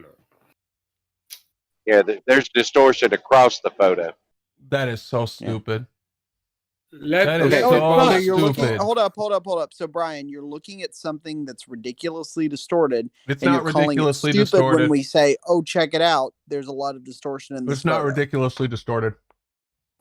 Yeah, that's an accurate picture of reality. You're No. right, Brandon. I'll bring You're it not up. delusional. We'll show Bro, the you can audience see what you the guys are freaking fucking little- bullshitting about right now. Bro, You guys it's look so at- clear. You can actually, see the little if you buoy. guys look at that video. If you guys, I look at must that have video- forgot when they started manufacturing trusses to bend up and down. Wow. Yeah, the structure is out of These proportion. talking Even the points are structure. pissing me off so fucking bad right now. This is the not a dumbest Because your shit worldview you guys is have said challenged. all Yeah. fucking picture that month. you guys gave us. It's not a talking point. It's looking at a picture that you guys gave us, and That's we're like, crazy. I wonder what's going on in this picture. We see freaking bendy straight steel that's straight in real life, but it looks bendy, and we're like, hey, it looks to be quite a lot of crazy stuff going on here. How is that unfalsifiable? Unfalsifiable. You guys We don't see pay 5 attention. times as far as we should, at least, probably fucking 10 times. And they go with bendy crane. Bendy so fucking you are, crane. So you agree or you don't agree that there's tons No, we're of not playing distortion your in little this photo? framing game. No, bendy crane has All right, nothing to great. do with So being there's able to tons of see distortion in this photo. 20 fucking Great, miles there's when you tons of should only distortion in see this photo. I can how see many it from how the many crane. miles should we be I able don't to know why see? you're presenting How it many as a miles should we clear be able to photo. see in that Everybody sick photo? and tired RC? of listening to these bendy cranes. RC, how far should we be able to see? I don't know, but I wouldn't. Yeah, look you at don't a know bendy 'cause you crane don't wanna photo. say Hold it. up. I wouldn't look at a bendy crane photo to try to figure it out. That's so No, dumb. it's not about the bendy cranes. Do you understand that? Well, Do you it's like the same understand thing. that? It's like if I were to It's show a- you it's a question. a It's a fisheye question. lens to Can say you- there's curvature. You can't use a clearly distorted photo to really prove anything. Like No if I shit. showed you a Oh, fisheye it's lens not and tried to about say that. that's It's about curvature, this you would test. blast me This to the test. moon with like Oh. with How retorts. about the to that. land? It's not the- about that. we It's got about the both. fact You're that saying you we guys got, would actually hang on to this bendy crane. That tells me that you really don't have anything, because you're Well, no, saying, the line the, of the reason- crane we got is bendy. bending. Yeah, you're looking If how you many say miles? bendy 10 crane, it's miles? over. Of course the crane's Bendy fucking boom. bending. Shit fucking got bends. There's bendy probably boom. a breeze. We got What- bendy what? booms. There's a we got, fire coming out of the end of that gravity. crane too, man. What is All the right, name so of that here's channel? the deal. If you want to Here's- present, What's if you the name want of Don't that talk like channel? a Joe Hey, hold Biden. up, Here's hold the up. deal. What's the name of Guys, that channel, Wavy guys? booms and, So if and you want gravity to, that makes things go boom boom. if you So which, want to we got What's the present, name of that booms and channel? gravity boom boom. oh my gosh. Are you saying? Are you Yeah, What's the it's name of no that way. channel? hello. So here's my deal. What's the name of that BMLS, channel? BMLS, BLMS B69. Thank you. So if you want to Are present you a saying that- picture, if you want to present a picture and make an argument about it, especially about something as We'll make an critical argument about as whatever we how want. far We you don't can need your see, permission. then And give, hold up, listen, hey, My stop. see. Then listen, give me a if clear somebody's picture. No, we talking, don't need to give everybody you has to listen. anything. You're not an authority. We don't care what you Okay, well think. then stop making an argument about crappy We don't evidence. care Are what you you want. saying that We don't the care what object- you think about our argument. Now look at this. Great. This. The argument is Can I bad say because the something? That's evidence nice. is bad. Brandon? Real quick, Jeremy, can you unmute Chris? The argument is that the are you horizon saying- is not geometrical. Can anybody hear me? Yeah. you're good. And not only You're good, that, Will. did everyone You're the forget lowest that? man in the Is in my the place. saying did it. that only- Everybody Hold heard you. on. Is Hold Mike on. saying that only Huey, because... All right. I'll give up. Huey specifically picked that image so you fucking idiots would spout out refraction. There's a separate No, image he that is didn't. clear as day. Yes, No. he did. No, Oh, he's a okay. moron, and he didn't Hand wave. actually pick Hand this. wave. This is the only Hand wave. thing that he You can can't do, do math and to it's a based off. refracted And it's horizon, based pal. off. Excuse me. Relax. And it's based off a bad photo. Yeah, there's a separate image You where there's less can't do distortion. But math guess what? to a You know how that oil refracted rig is horizon. obstructed. Hold on. There's a video It boils playing on down my to that. screen right now. If you can look Hold at my on, screen, everybody. it is at Everybody. nighttime or dusk, I think. Yep, and I'm looking it's at the it. same thing, same distance. Cool. So What height? is Observer there a height on bendy this one? crane here? What's All the the observer information is height? in the video. Okay? Yeah, what's It's the the observer same height on this one? situation. I don't care What's what the details observer you height? need. I'll give you the link to the video. 5 feet. It's the same situation. Here you go. 8-foot elevation. 3 feet. Horizon should be 3.5 miles away. This is 8 Yeah, it does. miles. Platform C. Does- Platform habitat's 10 miles away. Does that look Cool. like something that is refracted over a fucking ball? No. That looks like something that we're seeing No. straight on at the horizon in the distance. Does it matter that So this what- crane is why is that- bending? No, that has nothing to Yeah, do with the the- fact that we can see a horizon far show me past the more 10-mile bending. platform. The horizon And is that bending. it's obviously and observably fucking flat and straight line Yes, of sight yes. to these Brandon, Show may me I ask photos, oil show me rigs photos, right here. give me Hold on. photos. Woohoo. Hold up. Micey, Hold up. Micey, So show answer me this good question. photos. Are you saying that those objects right there, they're It's not BML. actually... Show me more LSB distorted photos, 69. and you show one Micey, with half of the freaking habitat cut off at RC. the end. are you saying those objects are not physical right there on that video? Is that what you're saying? Nobody No, I'm said He's saying- anything. saying that. Yes, I'm saying yes. something very clear. I'm saying you have distorted photos, and Can you're, you answer my showing No, me it's- another photo. no, Hold up. No, And you're showing no, me it's another very clear. photo Just answer with my question. half of the second platform cut off. So- Your butt Fuck hurt him. because you Fuck lost your him. geometry, No, bud. fuck him. There is no geometric horizon. I'm not It's listening to refracted. that shit Bro, I anymore. was- All right, That's Brian. That's fuck him. So in your brain, in It's his over. brain, those objects are not physically there, right? That's what he's saying. That's what he's saying. He's making up every Holy single excuse he shit. can say. Because this little crane bends right here, that negates the fact that we How can can they be so see the retarded? horizon Brandon, way but it's past not the about fucking that. platform. Brandon, Hey, why Brandon. the hell are you laughing? You just said it's because of the wind. Yeah, There how might be you a The breeze. wind blowing hot That's air. why the crane is I was bendy. just saying that's what it could be. The crane's not actually Right. bending. It's Right. just looking like it's Uh-huh. bending. Have you ever seen hot air blow across That's how it something? is. And it looks okay, like buddy. okay, Brandon, you're done besides the too. point, Jesus besides Christ. the point, What the Brandon, fuck is wrong with let you me- let guys me say today? this. Brandon. That hey, only Brandon, happens. can I jump in Fuck for a you. That only happens. Let's say if there's something hot, like a hot wind or something, it's gonna Brandon, make can I jump in the object look like that. But you need the object physically to be there. Yeah.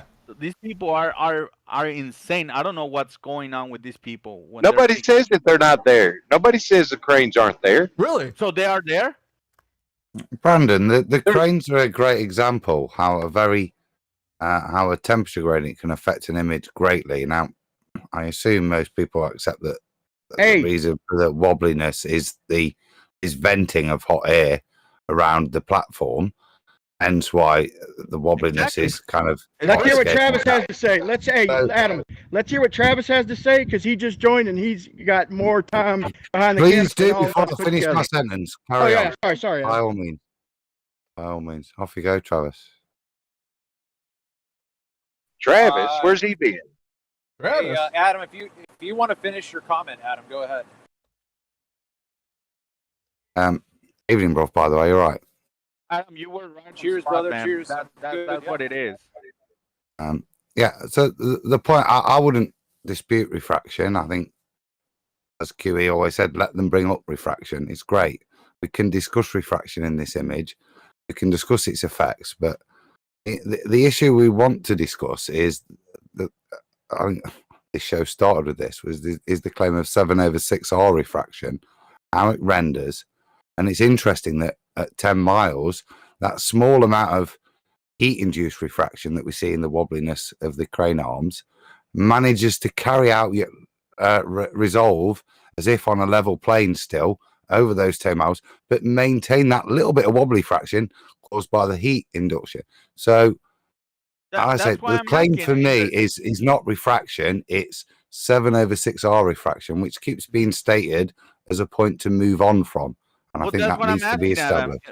In their head, do they think those things are not actually in that position and they're seeing like a mirage or something? Is that what they're like? What they think they're seeing?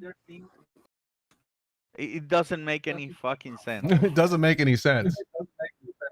And to sit there and say that bendy crane it pisses me off so bad. That's one of those things we were just talking about. Look at the image, Brandon. Look at that. How can you look at that and say, well, that's hiding behind the curve. That's just a mirage. It's not real.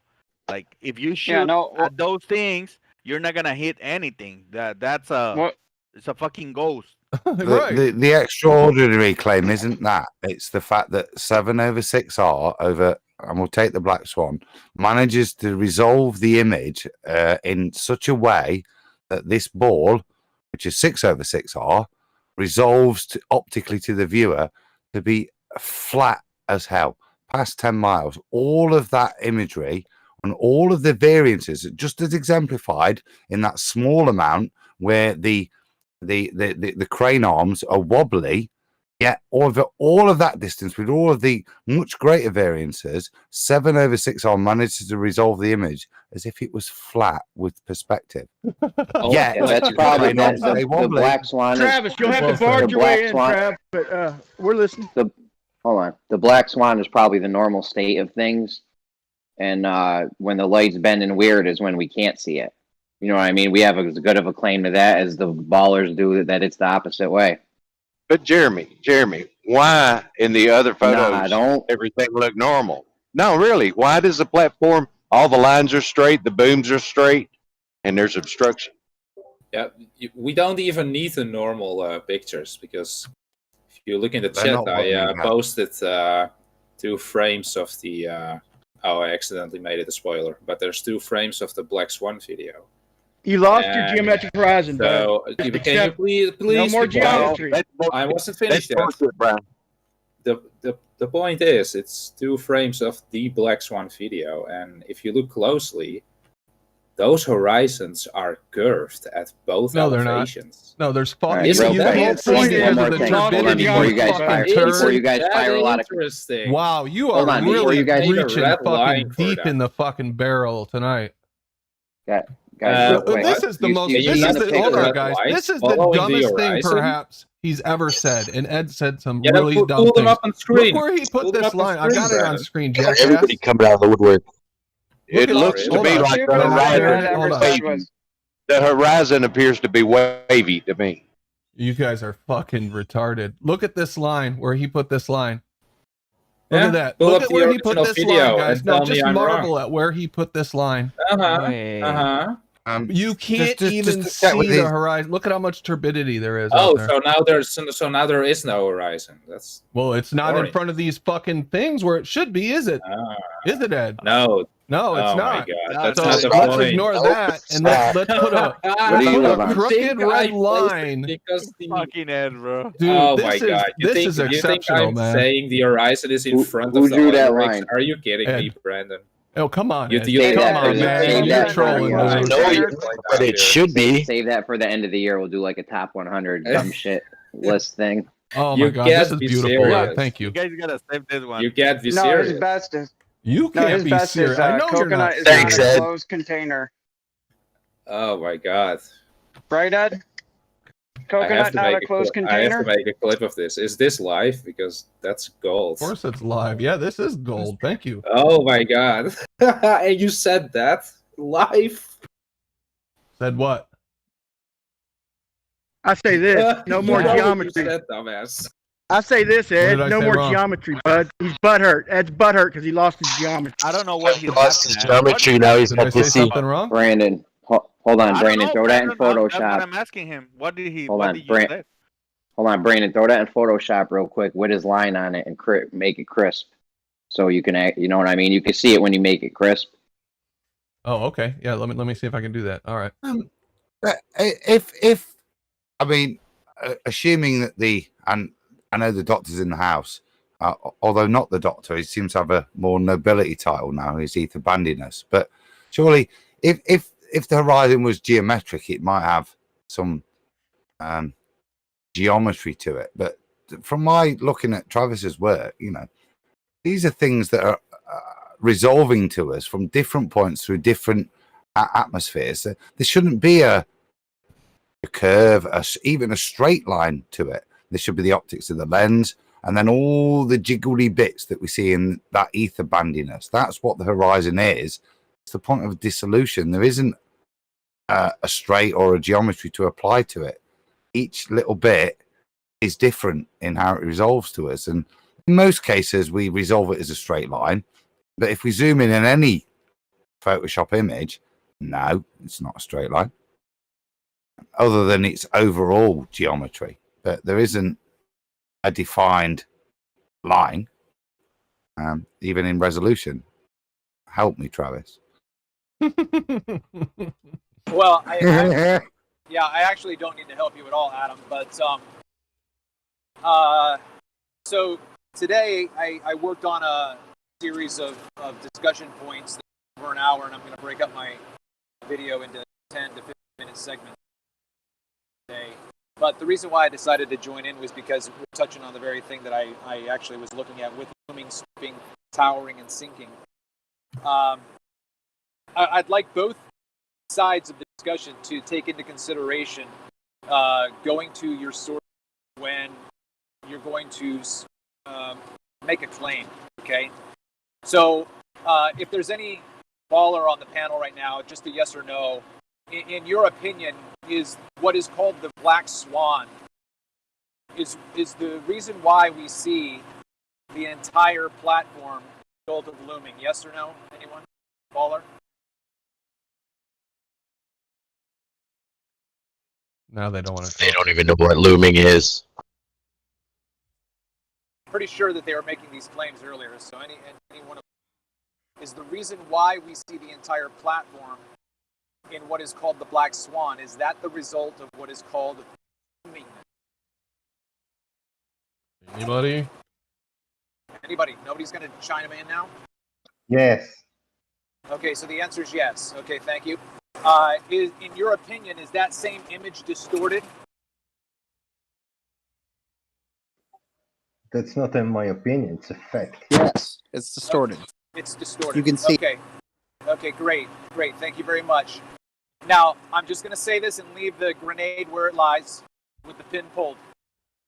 If you want to look up Andrew Thomas Young and his explanation of looming, what he says. Looming is only the vertical displacement of the object with no distortion. That's my citation. I can take you to it. It's very simple to find. Okay, everyone?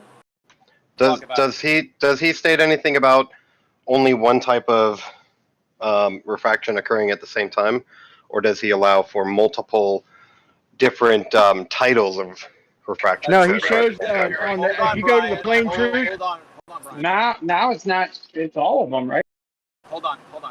That's a very, very good question. And to my research, there is no allowance for crossover with multiple effects. You can't have an inferior mirage with looming. That's incorrect. Okay, well then please provide me a citation that says that you can have both at the same time. Yeah, give me a second. I think I don't think that that's absurd to say, but let me find a citation if you prefer a citation. Fine. No, I do prefer a citation because you're making a claim. Now I can show you my statement that Andrew Thomas Young makes this very clear. Okay, there's no qualification. Okay, this guy's a PhD. He's making a presentation, a very thorough, annotated presentation, and he says this about looming. It is only a vertical displacement with no distortion. Now, I'm not paraphrasing. That's what he says. So all I'm doing is throwing that grenade out here. You guys can have at it. Right. What does he say? If he makes that distinction, then I think it's pretty logical to say, what would he call something that appears to be looming with distortion? That's not my issue. You have to go to Andrew Thomas Young and his website at the sdsu.edu site and read what he says. It's very clear. Send him an email. The guy responds almost immediately with citations and notations, all you want. So you can ask him. So you're presenting something that I can't have a follow-up question to. Fantastic. No, you can ask the question. I'm saying that there's no data on that same article on looming to answer your question. I just feel like it's a simple question. If he's making that distinction, that clear distinction, okay, will you I listen feel to like me the one more easy time? response question would be, what would it be called if it appeared to be looming with distortion? He does not allow for looming with distortion. I can't make it any more clear. And he does say that, or are you saying that based on your research, you didn't find anything that related to that? No, it's very clear. If you go to his looming, okay, look, just put in Andrew Thomas Young, looming, thinking, stooping, and towering, and you'll get that webpage. And then it's the very first topic that he talks about is called looming. It's right there. Or go to the Plain Truth channel, and he shows you the citations in today's videos where Andrew Young made it crystal clear. Yeah, he's correct.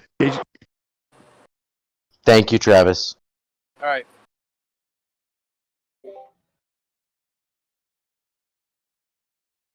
What's up, Travis? That's one thing I like about Travis' channel, man. Go ahead, man. No, that's the thing I like about anybody who ain't subscribed to the Plain Truth. He goes into detail, excruciating detail, and some of his videos are just A1, man. They are, because he's got so many optical phenomenon, and he shows things that, to me, are nowhere near described yet, and he's trying to do the research to write the paper on real quick, I found something. So on his page that you told me to go to, under looming and sinking, I do have something, blah, blah, blah, a long sentence. I'll put it in the chat, but blah, blah, blah was reported in even greater detail by some dude, a modern photograph showing looming, and in parentheses, and some towering of some islands. So he does allow for multiple things to occur in one. Didn't say distortion. Hold on. Right, but he's allowing different phenomena to occur all at the same time. That's exactly what he's doing here. What? Okay, just paste that citation in. Distortion is a broad term for a lot of different types. Okay, settle down there, Philly. Settle down there, Philly. And towering. Okay, Phil. Stop being stupid. Travis, I've got a question. Phil, hold on, just real quick. Phil, you just made some claims that I'm not going to take your word for, so if you wouldn't mind providing some citations, please. Thank you. Can provide yours. Right, I provided my citation. The source that you wanted me to use, I went to, and then I plucked this sentence. And but it was about distortion, so you're wrong. Are you saying that Andrew Thomas Young is breaking the law of non-contradiction? Is that what you're saying? No, I think whoever's representing this is representing it wrong. That's what I think. Yeah, I think there's a lack of understanding. Just real quick, just real quick. Hold on. You're misrepresenting him. Okay, thank you. Okay, to whomever I was speaking that looked up the citation. Okay, will you go to the top of the page, please, where the very first category is looming? Will you let me know when you get to that category, please? The looming and sinking. Okay, that's exactly what Travis, just a quick question, Trav. Yeah. Trav. Yeah, looming, sinking, stooping. all of these effects, they're in relation to what? Oh, Their thank effect is you. described in relation to what? It's the same thing I want to say.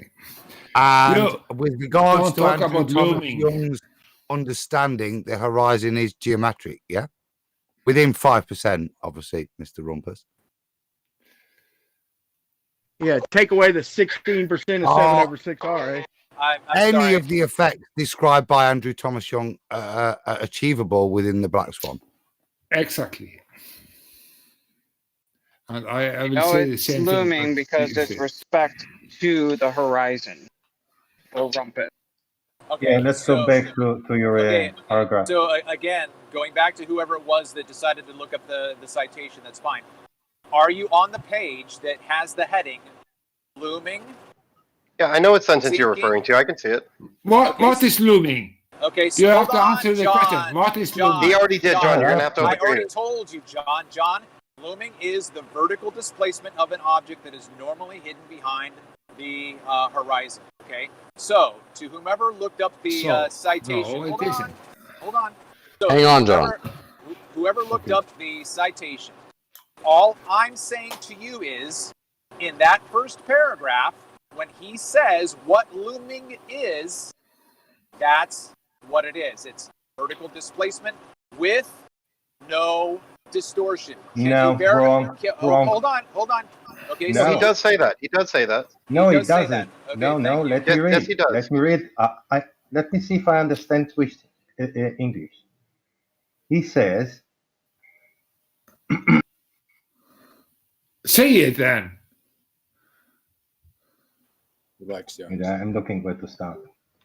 The constant differential density appears to gradient, be what the lower Travis atmosphere is saying, guys. produces Is that only Travis is vertical saying displacement that of distant So objects, okay. not a Wait. distortion. Not Guys, hold on. I didn't hear no anything Chike said. distortion, Chike, not a start over. distortion. Chike, start over. I You didn't hear don't any know of what that. you're talking It about, was Jake. first known by Lambert. A You're constant wrong also. density. You're wrong. John. Can you shut up, John? Okay. A constant density gradient, the lower atmosphere produce only a vertical displacement of distant object, not a distortion. So he says looming does not cause a distortion. That's right. No distortion. That's Right? correct. No, exactly. It That's Mikey. That's what I was distortion saying. is not allowed. Looming does not cause distortion. So after you had looming, you can have distortion by something else. Yeah. And I just posted the point from him also, and it's called zigzagging. So after you have looming, you can actually have another effect called zigzagging. I think where you it. have I think different. it'd be best, hold up, I'm Travis. talking. I think it'd be Where best. you have Let him talk. Let Meisty talk. I think it'd be best. Let him talk to the point. You guys have been fucking. And then the spitballing second away. point here is that you can have an effect called zigzagging, where you have different refractive layers that are happening, and that causes this type of distortion. So you'll have one refractive layer, right, that the light is traveling through. Then you'll have 2 or 3 more on top of it, which causes distortion and the zigzagging effect. Specifically, What what's is happening the with the 2, boom. 3 So top of Travis it? is right. What is it? What is the 2, 3 top of it? What is it? That you can have different in one picture, because you can have different layers of refraction doing different things. You can have multiple effects due to the atmosphere. Being layered.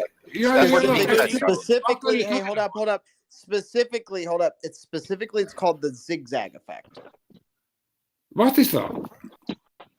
Yeah. It's what you see in the Black Swan. Hold on. No, I really want to know. The object has to be present, Micey. It cannot happen on a fucking ghost. Yes, it's Yeah, there. I don't know what excuses you're making. The point is that you can have looming plus zigzagging that happens. Is this the first time you've ever read this article ever? Yeah, I think it is. Okay, well, Tagging in that article. Go research it. You should go research it, study it, take observations to try to match it before you argue with Travis or anybody that has studied this. He's using his own source, face. Because obviously you have. I'm using his source. He brought me to this source. You don't know Does his source have zigzagging? Yes. And, why are you? Yeah, he posted it in the chat. His I posted source and exactly where it information. is. I mean, it's like you guys have never read the thing. I mean, damn, it takes like 30 seconds to find this stuff. Yeah, this is why I questioned it at the beginning because it wasn't intuitive. But now that we have read your source that you gave us, thank you so much because it's very useful. Yeah, it explains it freaking exactly what we're seeing. The black swan that you see looming plus zigzagging based on different refractive layers. What is looming? It's looming out of an Earth curve horizon or looming out of an optical flat line-ish horizon of diffraction or refraction or whatever. Is it looming over a hump of Earth curve? Or is it just popping out of a diffraction limit horizon? Yeah, by definition, by definition, they're saying that the horizon is looming above the horizon. It is kind of, yeah, it is kind of But inconsistent. it's not, has no function in the real life. Do you have an example of it in the real life? No, absolutely not. Yeah, exactly. So it's over. Well, a lot of this is philosophical interpretation. They're basically saying the only thing that can obstruct the view is a hump of Earth curve. They're wrong. It looks like optics can obstruct and cut off the object too. That's right. So what are we talking about then? Atmosphere. We're talking about a different way of looking at this over a globe and or over a plane. Yeah, we just looked at it using flat earthers references for sources. And Lemon, you have been completely demolished when it comes to you trying to wiggle your way out of things like layered refraction. What were you specifically? Yeah, refraction happens over a flat plane. Were you looking at the crane or that boom thing? That's all you were looking at? Who are you talking looking at the horizon? The guy that just said we've been looking at it. Lemon. What is the horizon? Horizon is just what we see, how far we see. The horizon is not the real thing. It's just beautifully put, John. Beautifully put, Aaron. So the point of contention was multiple effects happening at the same time. That was the initial. I don't want to call it argument, but the initial point. What effects are they talking about there in the photo that's provided? Okay, he was trying to say specifically that looming together with zigzagging cannot happen. No. We specifically showed here that you can, and in fact, if you read, he said distortion. He didn't say zigzagging. He said distortion. No. What he said is that if there is a looming, there is no other distortion. No, he said looming is not a distortion. That's what he said. How about we let him speak for himself? He said that, yes. He said that. How about we let him speak for himself? How about we go to the photo in question? Yeah. Okay, yeah. Let's listen to it. Again, just real quick. Under the category on the webpage of looming, stooping, towering, and sinking, those are the categories covered on that page. The category of zigzagging is on another page. Yeah, so linked from this one. Okay, so linked directly from this one. In fact, says you should read here more about this thing, and that's when I clicked on it. I saw it. Okay, well, I've read that page before, and I've clicked through those images, so I'm going to have to just go back through. I just cited it for you, the exact spot where it says, I know what you cited. I know what you cited.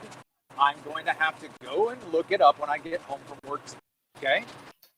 No, that's awesome. Yeah. No, I actually appreciate you saying that. Yeah. Maybe I am stupid. I have to know what is zigzagging. No, Johnny, you just got to look at the sources that are being provided in the chat. You know, if you want to... Zigzagging is when you have multiple layers of refraction stacked on top of each other, and the image looks like a zigzag column of books, where part of it's pushed more to the left, part of it's pushed more to the right. It looks kind of like a zigzag pattern. That. It makes sense. It makes sense. Now the audience and everybody know what we are talking about. Thanks. Everybody can see what they're talking about. I think with their example, it's in RC My Feeds post at 6:49. You can see a zigzag example with that mountain with the bars, the black and white bars, the second picture in that caption at 6:49 p.m. Eastern time. Right. There's more examples. That's just the ones that were posted, but there are a lot more examples in this page. But not on Yeah, the oil platform photo that was he given in to fact The he in oil fact linked to platform that one in page. the Black Swan is showing some zigzagging based off of that. Well, Lemon, there's a zig, He is, but and no he is. zag. And again, it won't be perfect too. We have to remember that what we see in these models, it's not going to be one-to-one perfect because it is a dynamic atmosphere. But you're right, it is very close to this zigzag type of pattern. Yes. Refraction does occur over a flat plane, but since we have a flat Earth revolution in optics coming, we need to examine this from a flatty perspective. I would agree with you, Lemon, that the refraction and all of the elements that we understand it to be could occur on a flat Earth. You're right. What we have to distinguish is what would we expect with a particular type of refraction on a spherical Earth or a flat Earth? What would be the effects of it, et cetera, et cetera. Wow, but it is the refraction is possible on flat Earth. I would say you're talking about the pattern. It's a funny. You're talking about pattern. Pattern. You're talking about pattern. Every pattern is against the globe fantasy because every pattern show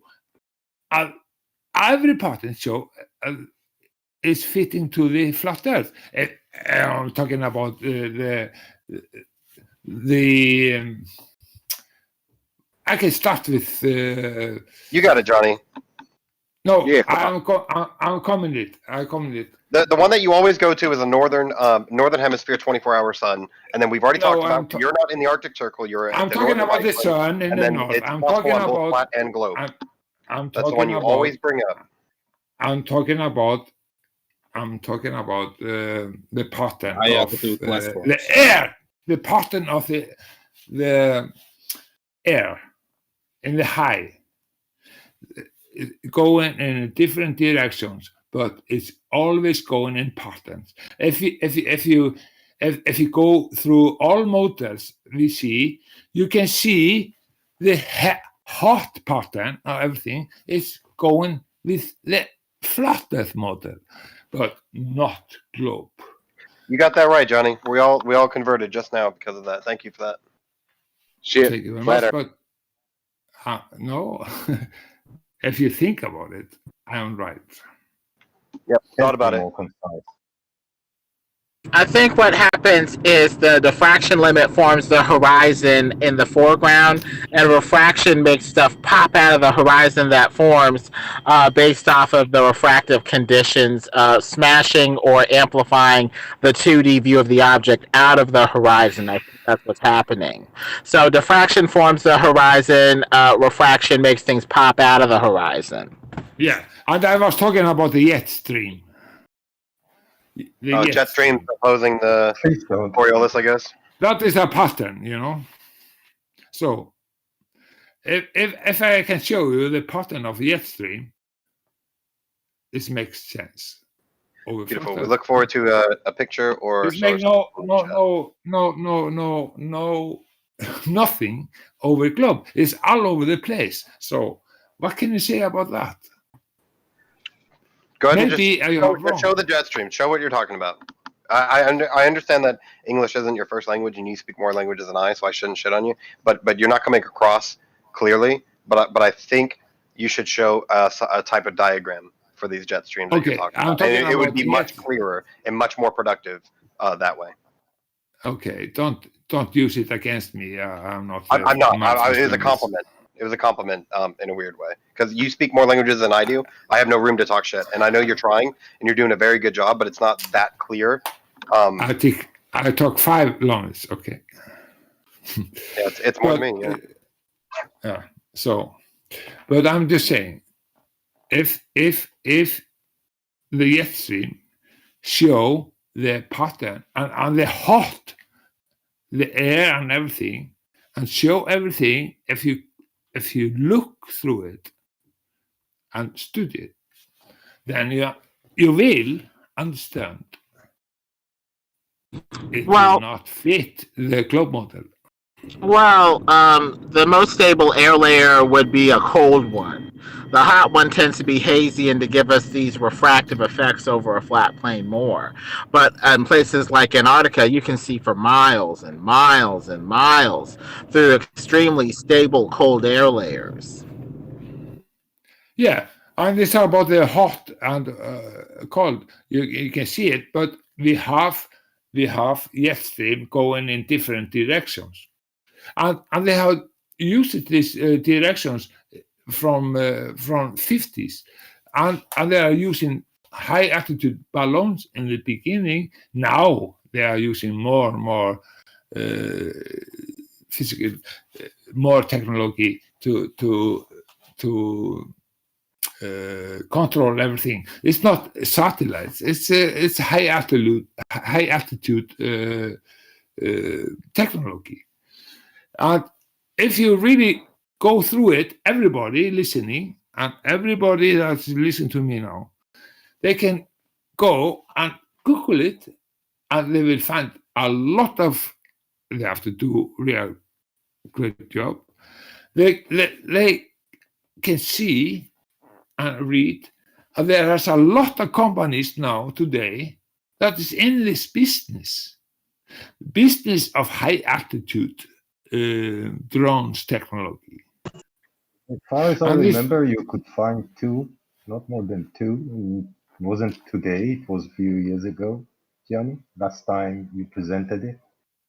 What? I didn't hear it. You were so Last far time I away. asked you to present it, you posted about 2 links. That's all you could find about high altitude technology. Yeah, I did it, but you just hand wave it. There are no hundreds, there are 2. Yeah, you really hand wave it. So you're a fucking scum. You're one of them. I'm wondering if you get betrayed or something, or you're just stupid. Well, I think we're all learning so much over this flat plane. So much. 500 years of indoctrination. 500 years. It's going to take some time. It's going to be some blood in the water until then. It's going to be a knock 'em out, drag 'em out intellectual war. But I think we're all going to eventually come to the obvious, plainly flat truth. You got it, Lemon. With all that non-evidence you got, you're right. Just the laser test that the globers have to curve incessantly to make everything conform to their globe fantasy. Well, I'm sorry. I thought Bob admitted himself that the light's going to curve, obviously. Not 8 inches per mile squared, though, and we can account for that too over a flat plane. What about if it's not collimated? Still ain't 8 inches per mile squared of curvature. You just have a spread beam over a flat plane. Oh, so it spreads out, so it's easier to see, get any photons from the light. Okay. Whatever makes it easier to see over a hump of Earth, you're right.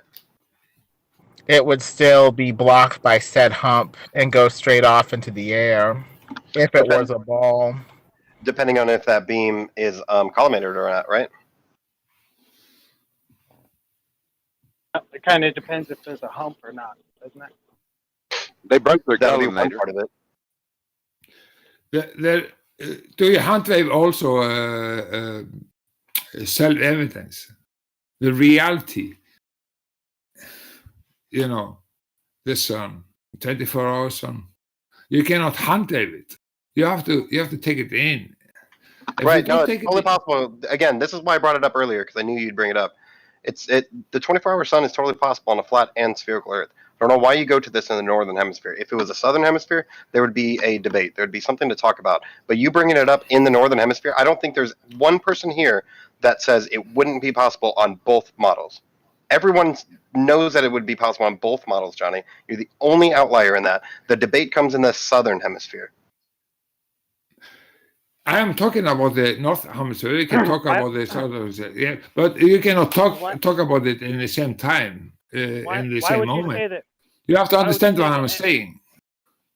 Why would you say that everybody knows it happens in the northern hemisphere on a flat or? I don't say. I never say that everybody. No, not you, not you, John. The other guy. Yeah. On both models, it's possible. There are things. There are things on a flat Earth that you have to ignore for it to be possible on a flat Earth, but just the phenomena itself is possible on both models. Okay, isn't there visual? Hasn't this been recorded? You know, people can actually see this phenomenon, right? Right. Most typically in Alaska, that's where most of the videos come out of. But yeah, in the northern hemisphere. So right, yeah, Canadians, Alaskans. Southern hemisphere. Yeah. The question goes to the southern hemisphere. How many right, exactly. That's where the debate is. Yeah. That's why I'm telling Johnny. Johnny brings up the northern 24-hour sunlight and even darkness. It's absolutely Johnny truth. brings it up. Johnny brings it up as if it's not possible on a globe Earth. And what I'm telling him is that there's no debate because it's possible on both. The debate is in the southern. You are trying to say something against it. There's no problem. I can educate you. I can tell you it's impossible on a global Earth. You're gonna end up arguing everyone. Johnny. You're gonna end up arguing 99% of the people in this room, flat or sphere, on that specific point. Okay, but I can tell you it's impossible if the Earth is spinning in several directions. No, it's not impossible. No, it's not impossible. Oh, your incredulity. How? Hocus pocus. No. Earth tilt. Tilt. Okay, there's not the explanation for it because there's no explanation. What is the explanation for it? Because I'm looking at the sun all the time. Now, where do you live, sir? In 66 degrees north. 66 degrees north. Netherlands, Denmark, something like that. No, it's more. More north? So where's the Arctic Circle? It's the Arctic Circle. Wow. It's Arctic is. It's Arctic Circle. Or roughly, right? 62. You don't live at 66 degrees north. Yeah, even if he does, who fucking cares? What he's saying is not true. That it wouldn't work on a spherical model. That's 100% that it would. And even as a glober, it would work on a flat model, ignoring other things. But the principle is there to work. All of that argument for a 24-hour sun or darkness is all the argument and debate is over the southern hemisphere. Not ignoring other it's things. Over. There's no need over. to ignore anything. Just as I'm saying now, it's over for the globe model. Just as I'm saying now. No, sir, you're wrong. No, it's wrong. How totally can wrong. I be wrong? I'm talking about facts. I'm not talking about beliefs or something. You're talking about you're idiot. You're talking about being an idiot. I'm talking about facts. Yeah, right. So what? Do you know what facts is? Johnny. Yeah, John. and you do not have any at this in this argument. John. That's for Oh, sure. Okay. I Hold on. am Let me ask you a question. directly telling you I am wrong. John, why do you well, think you can that? tell me all you Why want, do you think that it's moron. impossible? No, of course. Atom, no. Yeah, take me fucking down, man. Yeah. Hey, John been drinking. Do you John know been that? drinking. Are you a fucking loser? Do you know that? Hey, John, question for you. John, are you drunk? Let me have. You're drunk with me. Anyway, so what do you have to ignore, RC, in order for there to be a 24-hour sun at the center of the Earth on a flat plane? There's no answer. It's over. Well, let him answer. Yo, we're killing them. They're dead. They're dead. We buried them. Can I answer? Bullshit. Can I Bullshit. answer? You guys are I wanna- all full of shit. I want to Jeremy, answer. I want to answer. The thing you would have to ignore really is the 24 hours of darkness, because you would never, you should never be able to not see the sun. I've never been there. I have been there. So don't the talk issue is about the 24-hour you darkness. don't know about. It's nonsense. you've been there, then you know. Then the Earth is a sphere, so therefore you should know. You fallacious fuck. You are I fucking just terrible. am the master. I'm telling you. Jeremy, There's you know, no, there's no chance that the Earth can be a sphere. Yeah, well, if you see the sun over your head, No, you in are so many denying the weeks. 24-hour Arctic sun. Most of your flat Earth friends deny the 24-hour Antarctic sun and sorry, acknowledge that there is a 24-hour Arctic sun. Yeah, the Antarctic sun doesn't exist. It appears to be photo trickery of some sort, but the Arctic sun does appear to be a thing, yes. Haven't seen And one the yet. Antarctic is just like the Arctic, only on the other Lemon. side, and it works exactly the same way, only in opposite seasons. That's what your globe model demands and cannot deliver. That's It looks like the exactly Masons what out in Antarctica are busy fudging video and passing it off on the internet. That's right. That's why they always send a hand. That's why they always send a hand. That's all they do there is fudge their videos. I got it. Lemon, would that be I gotta your? go before I lose it. Would that be one of your things? Like if like I'm not going to provide video. I'm pretty sure you've seen them all. I'm not going to disrespect you like that. But if you were to be in Antarctica and you knew that that's where you were, and then you experience that. Would that do anything for you as far as the argument goes? If it was real, yeah, we could talk then, but the sun videos that I've seen down there look extremely fake. The sun does not scintillate properly. It is looped in a very deceptive looking way. The shadows don't play right. It looks extremely fake. So I think somebody's up to some funny business at NASA, the Masonic Lodge, the government, or whatever the hell is going on. All right, I respect your position all the way up till the last part, but I appreciate that. Thank you. Because you think the last part doesn't exist? No, I just laughed at the last part. Lodges. The beginning part where he was giving a logical reply, I respect that part. But the end, But I everything laughed. else, everything else is throwaway. You're like, I don't know.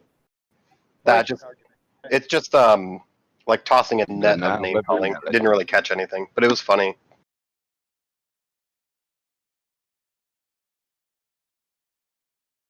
It's funny because it's true. Yeah. Net tossing fallacy. Where are all these independent, let's say, time lapse shots of at least a 18-hour sun? I just posted one 5 days. Yeah, I remember posting. I remember having access to 2 of them that predated. For Biodual, please. I remember I said Biodual? independent. Can I ask you a question? Independent, right? Not NASA, not government, not dot this, not dot that. Just independent photos or videos. Where are those at? YouTube channel. Can I go to some? No, just private a regular dude. channel Yeah, that went down there. regular dude, not fucking Robert Schwartz or Nope. the other dude. What's a regular dude? A regular dude is someone who's like, hey, I was roaming working around down in in I the was South working down Pole. in Antarctica as a carpenter, and guess what I did? I got a 24-hour sun. Well, I don't know Regular what he dude. did there. He walked there for sure. But also, like Biodual, off the back of what Lemon said, where you were following him and agreeing with him on all the, his logical progression of the video looks fake and the shadows are wrong and yada yada yada, and you were okay with him on that. The next logical conclusion is, for the video to be dodgy, somebody is making it dodgy.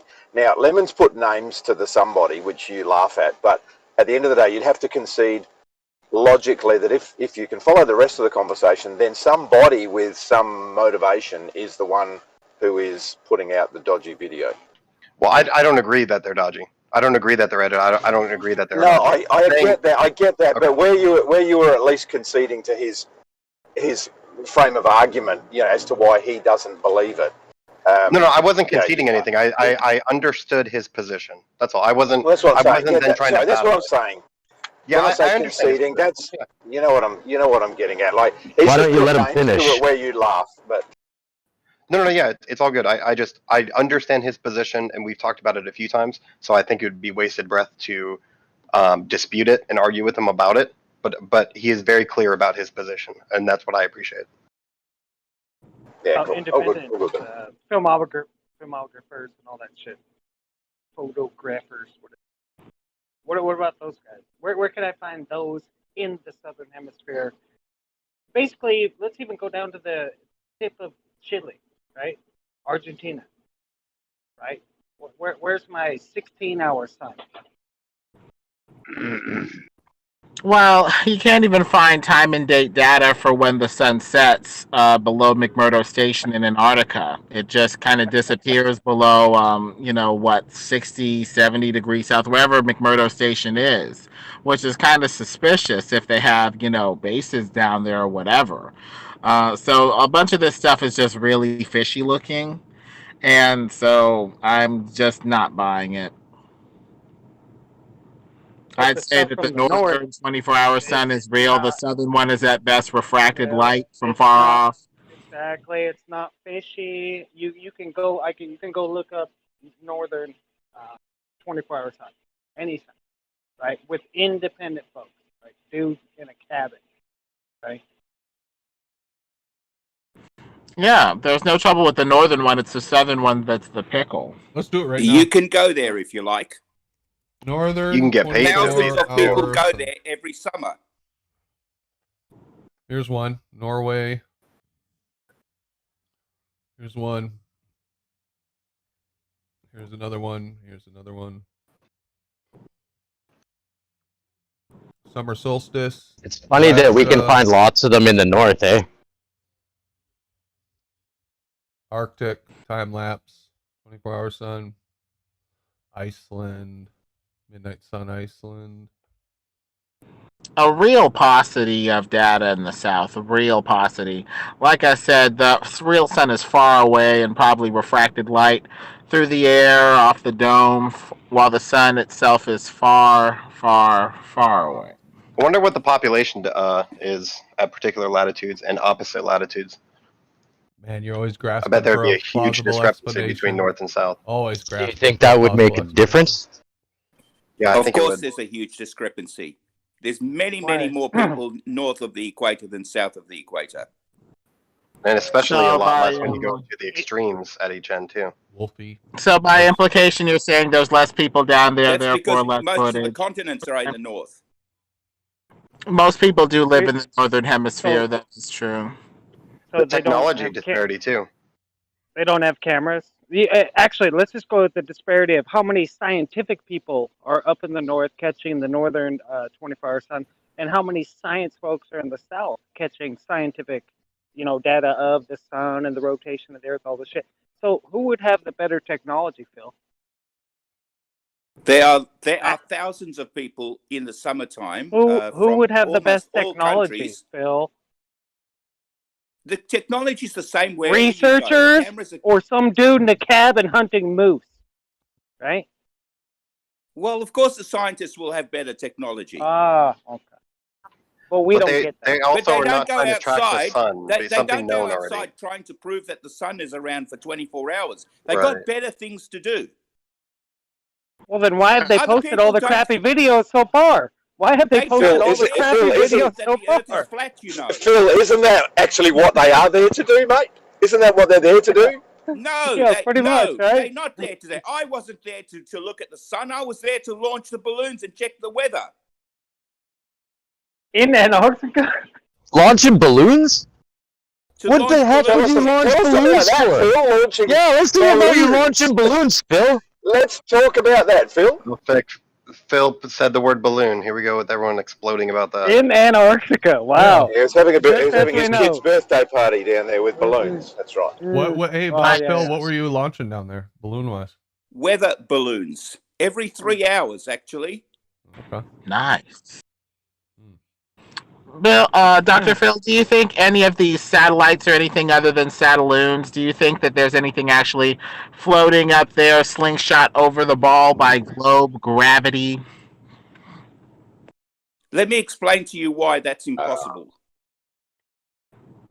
So People who spend before you go there, people who let's spend just hundreds of millions of dollars on satellites I get it. want to I get get the it, but- biggest coverage they can.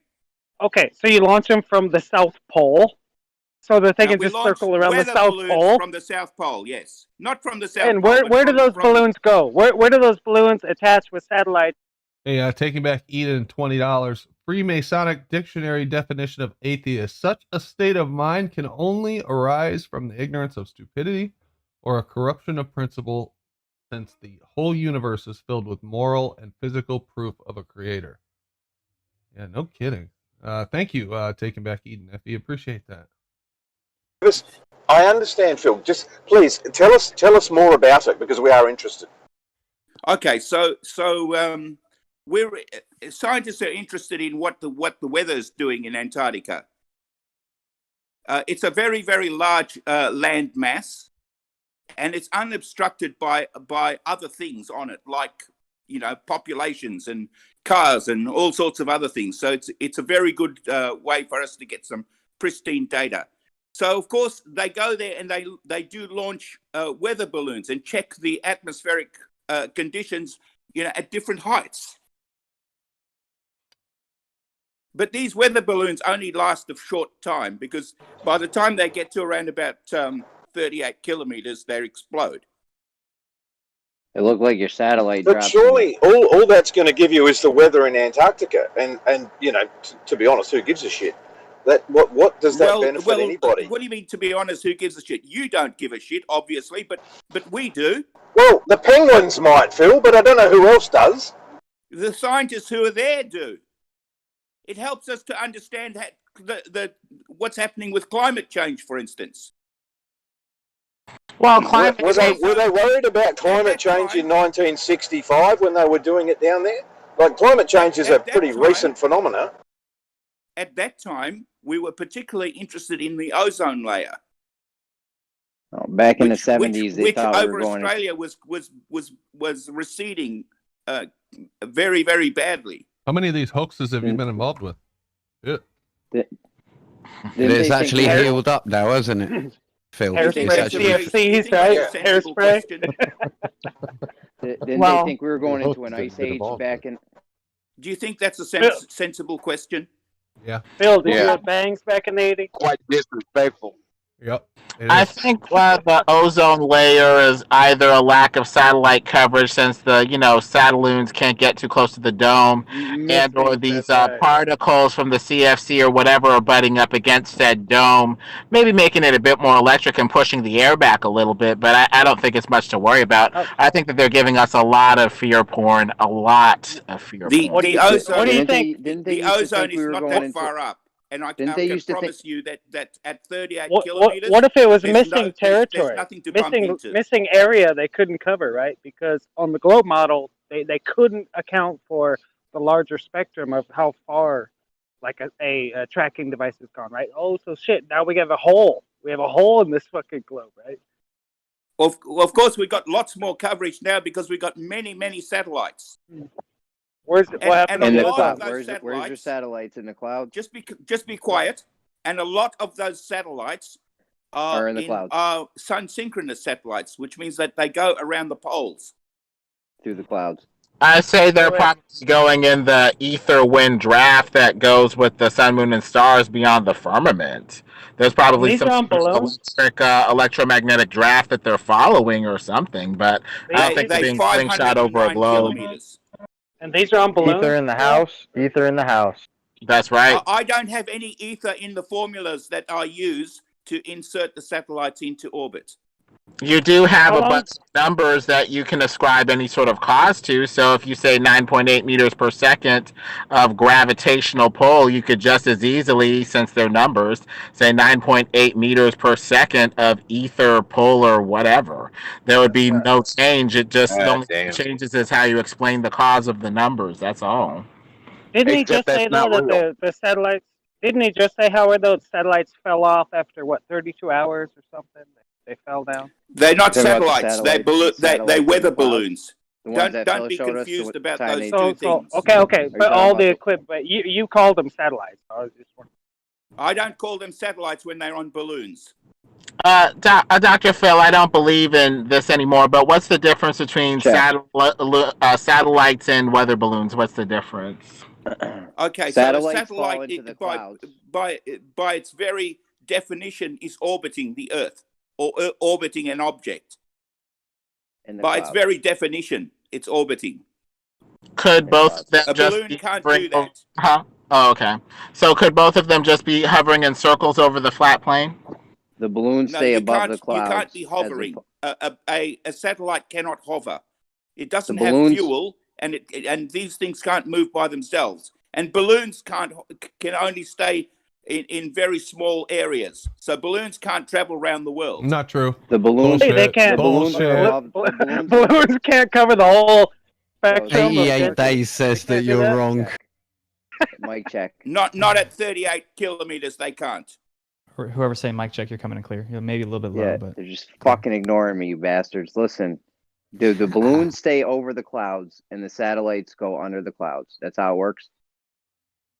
Balloons can go higher than clouds. Why? Yeah, the balloons are usually higher than the clouds, and we know the satellites go in the clouds. Shots out. So clouds are around about 10,000 feet. Balloons going up to 38 kilometers. India. But sometimes the satellites are dropped into the clouds, right? No, never. No such. I've only ever seen them in the clouds. Sometimes there's digital anomalies that make things look better. I saw the only time I've ever seen a real one, right? Yeah, right, Jeremy. I saw one image of a satellite you gave us, and it had us shit going into the clouds. So I mean, Do you have more They're that not, don't go they into were the not clouds? satellites going into clouds. That is an artifact from the film. Do you have any video? Don't be a stupid person, all right? I heard you. Do you have You any don't have video? to be stupid. Listen, do you have any video of satellites not going into clouds? Why are you being stupid? No, I'm just saying that the only time Is I've seen someone satellites, paying they you were to be going into stupid? clouds. And I'm wondering if you have any that don't go into clouds. I'm also Are you wondering trying that. to make a comedy show? Well, no, science. Then Let's don't say stupid things. Well, I have seen solar drones. Could these satellites be solar drones? Okay, so But they would keep those question. over the clouds. Good question, Lemon. So satellites, the type of satellites that that I'm talking about can weigh between 2 and 4 tons. Not the ones that were dropped into solar the clouds, drone though. can't carry Those were a lot something lighter. that's got 4 tons on it. It can barely carry itself. The ones that were dropped in the clouds were a lot lighter than that, though. I looked them all up. I've got a list of every one of them. Well, cloud. Those ones are called nanosatellites. But Brandon, that video that Phil sent us of those satellites, right? I mean, that was his citation of satellites going into orbit, right? Yes. Those were bigger. Those were bigger than, full-size trucks. They must have been 2 to 4 tons, right? Apparently, is what Phil said. No, they weren't. There's in that particular film. On that day, there was also a RISAT satellite, which weighs at least 2 tons. Yeah. So basically there was many. Buick, There was some like a mid-sized there Buick. were. Just be quiet, please. There were a bunch of nanosatellites, which are satellites that are produced by universities and colleges who are trying to do specific experiments, and then there's the main satellite, the one that actually pays the bill. Seems as if the ether is strong in this room at the moment. Were they doing cloud experiments? What ether? Oh, the ether. There's a substance of space that can go around in currents like a wind. It's the There is background no ether, substance that you know it. it's an electromagnetic background going in currents. Oh, yes. In and around there's everything. The ether. Science have known about the ether no for better way. thousands Might of be years. catching an ether draft. How short are your memories? There's no better way, Phil, to test air resistance. At least 42 and if the years. windshield wipers work on a Buick, except by dropping it, through the air. That's the best way to check air resistance, and if the windshield wipers work. What? Because it's What a are you wet. talking about? It's a wet. It's a weather satellite. They're motorized. They're motorized, though. They don't work by gravity. Why Not don't alone anyway. some of you get a GoFundMe together so 2 or 3 of you can go to Antarctica? That would be great. How much would it cost me? Yeah, to join one of your It classes. would only cost we you can all about go. it would cost you about $2,000 to get to the southern tip of. No, I want to join your class where you get to take like on a field trip, and you didn't take any of your class there. Do that. I haven't been with a class. I've been with other group of scientists. Oh, okay. That would be cost You can prohibitive. work there. You can apply for a job there. You absolutely can apply for a job, and if you're any good at cooking, you got a good chance. Man, if you're any good professor at all, you would get a field trip together, take donations, just like you're asking me for, right? You could pay for it. I'd donate to you if you took your class down to see, If what I it had is a that you do down there. specific Man, that'd be great. But Is this guy a real no, professor? yeah. This guy's a real professor, huh? Yep, I don't he's a know. real professor. Oh, if I had a reason to take a class there, I would. Hey, Professor Bell. Oh, Professor. sorry. Yes. Go on. I have a question for you. Can you explain to me instantaneous action at a distance, if you will? Instantaneous action at a distance. So there's quite a few examples of something like this. So have you heard of magnetism? I think so. Well, you wanted an example. Oh, magnetism is instantaneous action at a distance. Well, it Is this what produces you're a invoking? magnetic field. If anything anything within that field that can be affected by magnetism will move, for instance. And how big is this field? quantitatively measured. Let me give you an example of how you can do this. All right. So if you've got a two cores with windings both sides and a switch attached to them, and then between them you put an object, and then you switch on those switches without touching anything, that object will move. So it's fast. So you're saying it's instant magnetism, faster than the speed of light? No. So not instant. So you don't know what Nothing you're is as talking fast about as the then. speed of light. Oh, So are you it's sure not, about so that? it's not instant. So Hold on. magnetism No, isn't. Hold on. I think. Hold on now. I asked him the question. Yeah, but let's and, sort this out. if he's asserting magnetism to be what he just laid out for us, what I've asked him for, which was what, Mr. Professor? I asked you for instantaneous action at a distance, didn't I? Yes, And you did. You've given me nothing of the sort. How did I give you nothing of the sort? Because You're not doing I'm instant asking for you. him. Yeah, I'm asking I you told something. I told you that you could have two windings Yeah, he's either asking side for of an instant object, though, as in like actually and instant. switch on the current, Yeah, and the he object wants will faster than the move. speed of light, sir. He wants faster than the speed of light because the speed of light is too slow for him. No, I think there's Yeah. two different I avenues. think the he's speed of coming light's from. instant. Check. Can you hear me? Measured. Why are you guys? Yeah, it's two obfuscating his different. Yeah, it's question? two different avenues. One is the old Newtonian gravity, where Newton thought, yeah, it's instantaneous action at a distance that Earth and Sun are held together in orbit. Yeah, and there is also action at a distance down at the quantum scale, which is to do with quantum entanglement.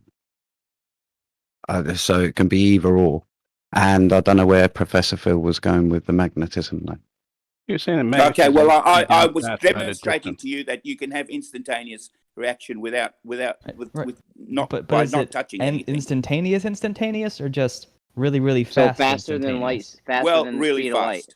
fast. Right, So not faster. So Well, not instant. Yeah, magnetic Hold on, fields guys, only go guys. fast as the speed So of light. that's not instantaneous action at a distance like I've asserted, and there is something that's close. faster. What is it then? There is something that's faster than C. If you've ever heard of scalar waves. Scalar waves. Yeah, Oh my this is instantaneous action at a distance. So I'm sorry, Professor, that you weren't aware of this, but I'm glad I can Explain that. You enlighten don't you a have bit. to apologize for me. Thank you very much. Yeah, explain that. That scalar waves. What is that? So I'll provide a video where he explains it with a diagram No, explicitly. you can explain it. As well Who as is this he? as well as goes over his invention, where he Don't post rehashed this where video. Nikola Tesla left off on his invention of the. Oh, great. So this guy's got something faster than the speed of light. Great. He should be very famous. That'll Who the be hell is really he? interesting. This is Please, I Eric. will read. I no, definitely This is get my Eric class involved P. in that. Dollard, who's came up with this. Eric P. Dollar. Gotta look him up. So I'll go ahead and provide that. Give me a second, please. Gravity waves or gravitational waves are actually said to be the same thing. Well, they propagate at the speed of light, but they are the same thing. It's a scalar field that is propagating. Phil, can I ask you a question? Serious question. Yes. Go ahead. So I've heard there's no such thing as a perfect vacuum, right? But Yes, but that's space correct, is yeah. space is very close to it. It's So, in main chat for let's you. say- And no, you were wrong with your assertion of electromagnetism. That has. Why that's only, don't you just let? Why don't you let? Yeah, Why don't you let every- my Australian friend finish? Go Yeah, ahead. if it, question. Okay, so let's say we've got a cubic kilometre of outer space, Phil, which Yes. is very close to a perfect vacuum. So what prevents it from being a perfect vacuum? There are obviously particles of something within that cubic kilometre of outer space, yeah? Yes. Okay, so in between those very, very, very few particles, then there is nothing, which is a perfect vacuum. So how is there no such thing as a perfect vacuum when logically there must be? Because if you look at the probability of wherever any gas particle will be, it would be impossible for you to capture any part of that where there is nothing. Only conceptually. in reality, there must be a perfect vacuum. In reality, there are actually spaces where there's nothing right here on the ground where you're breathing. So there is a perfect vacuum. Well, it's not. You couldn't call it a vacuum because it'll be quickly filled by something. Yeah, we can't isolate a perfect vacuum. Can I just add to that and give another point Is of view? anyone picking up? Is that double speak, or am I? I may be stupid. I'm open to the idea. Can I answer from a different perspective and just say that today's concept of a particle is that it's a cloud of something?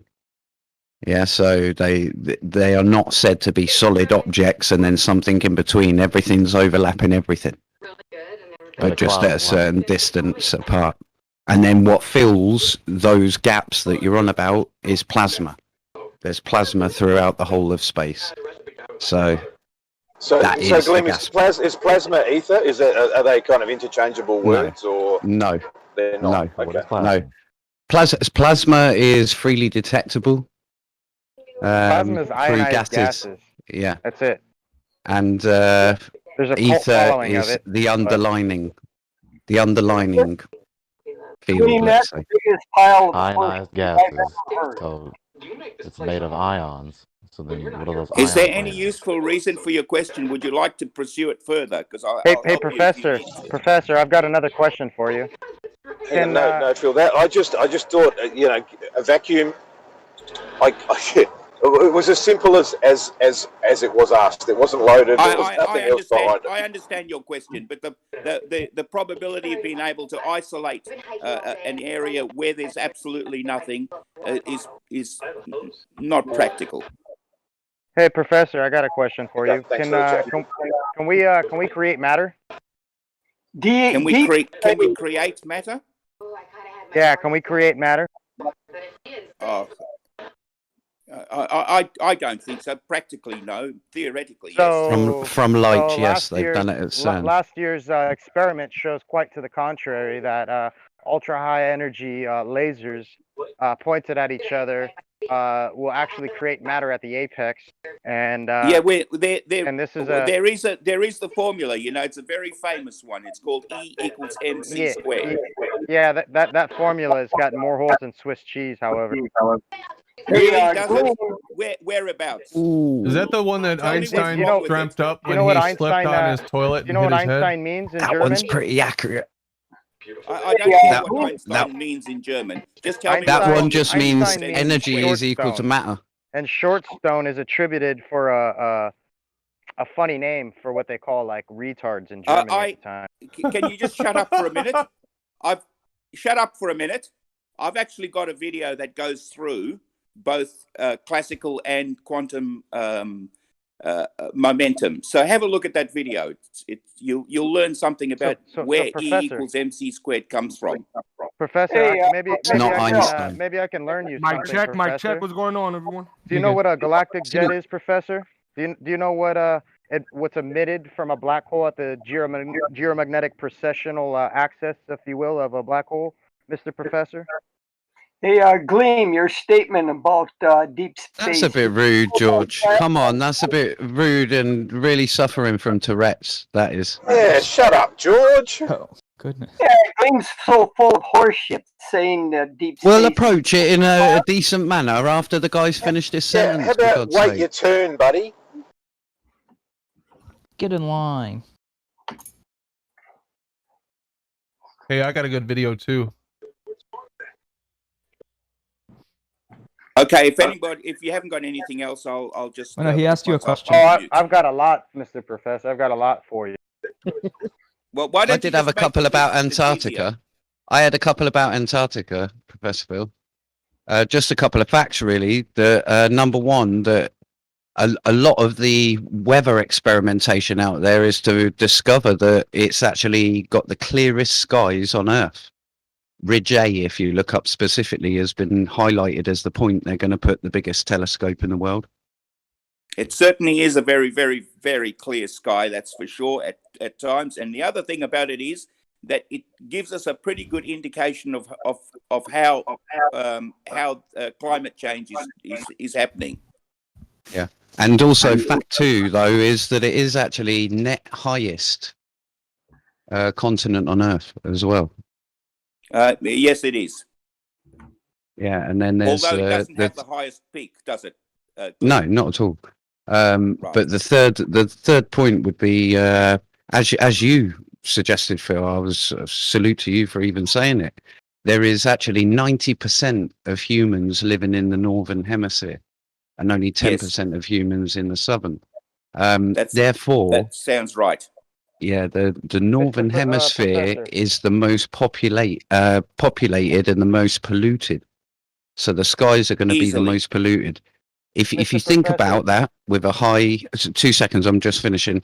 If you think about that with a high vantage point, with a clear sky over, obviously your perspective compressed, but over the flat Earth dish, let's say, and you've got visibility of the sun, which is high up in the sky, but you can't see any of the land for 24 hours, and then vice versa.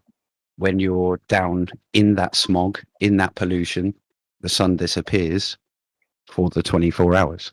That is a resolution, or a resolution I've seen. So if I'm standing on the, it's not what happens, oh, but it's interesting. Really quick, can I ask a question? So if I'm standing in Antarctica, are you saying if I'm looking at the sun will always stay in front of me? It'll never go behind me? No, when you're in Antarctica, the sun, this is my experience of it. When you're in Antarctica, the sun rises to about 20 degrees and then goes around you about 20 degrees all day.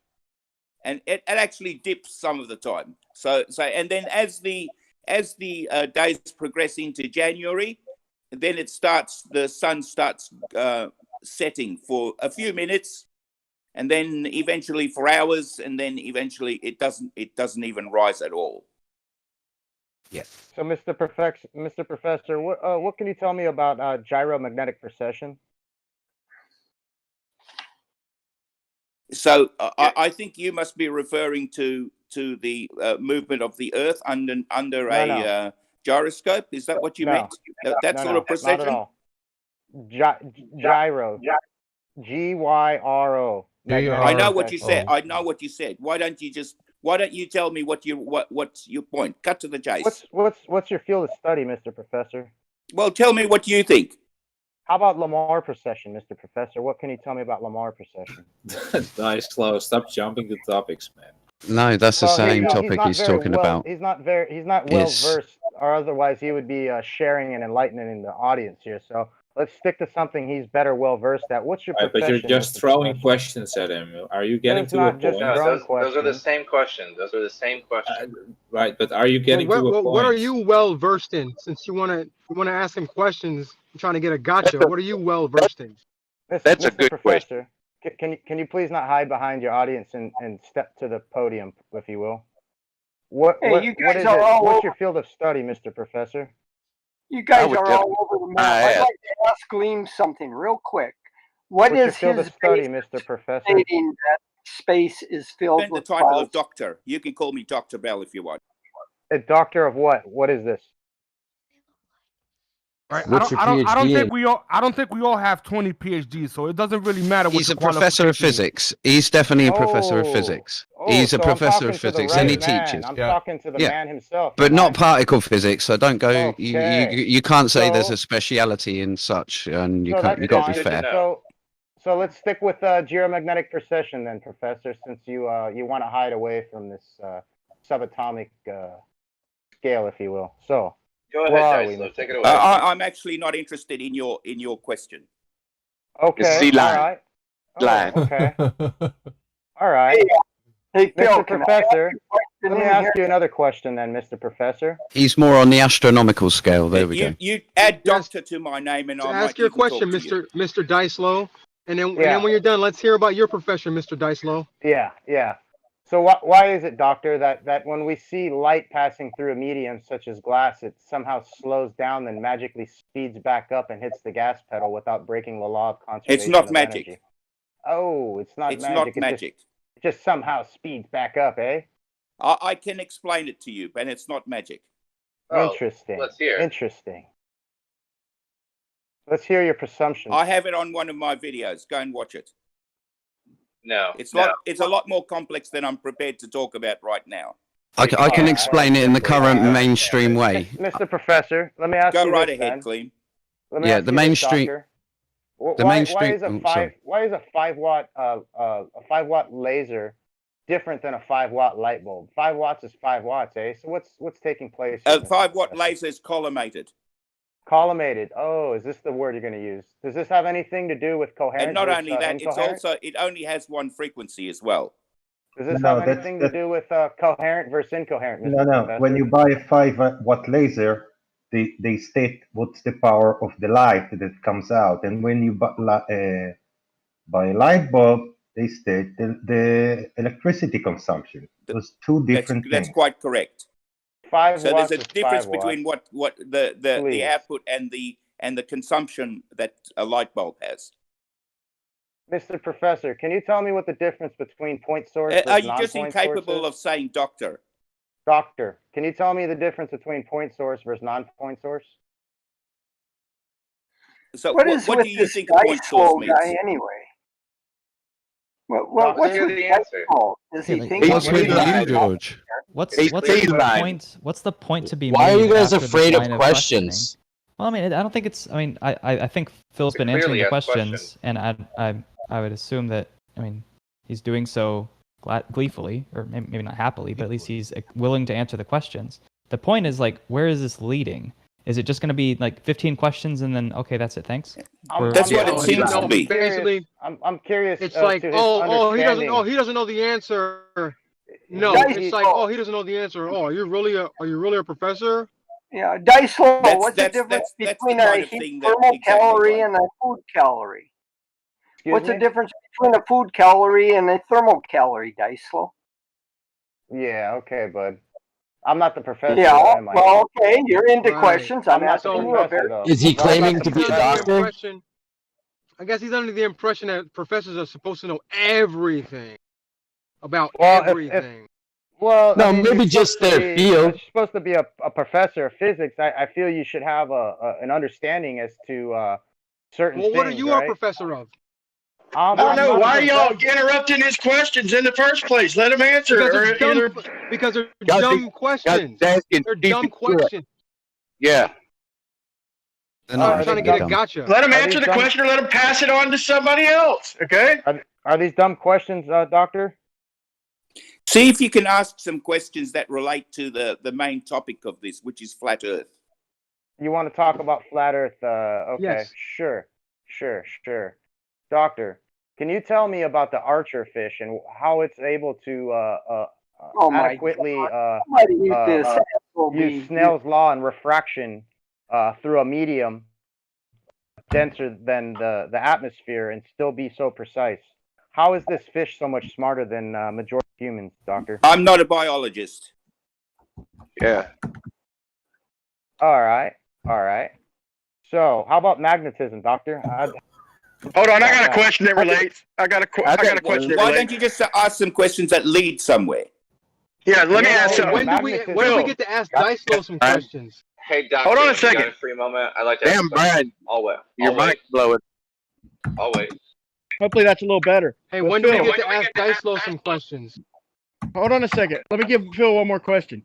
When we take out the air in a vacuum chamber, and we have a helium balloon, and we argue that the balloon's blowing in all directions, y'all argue that it's going down. So when you start getting toward the best vacuum the chamber can produce, the balloon just barely drops down. It's floating. The other two pop, but the one just barely drops down.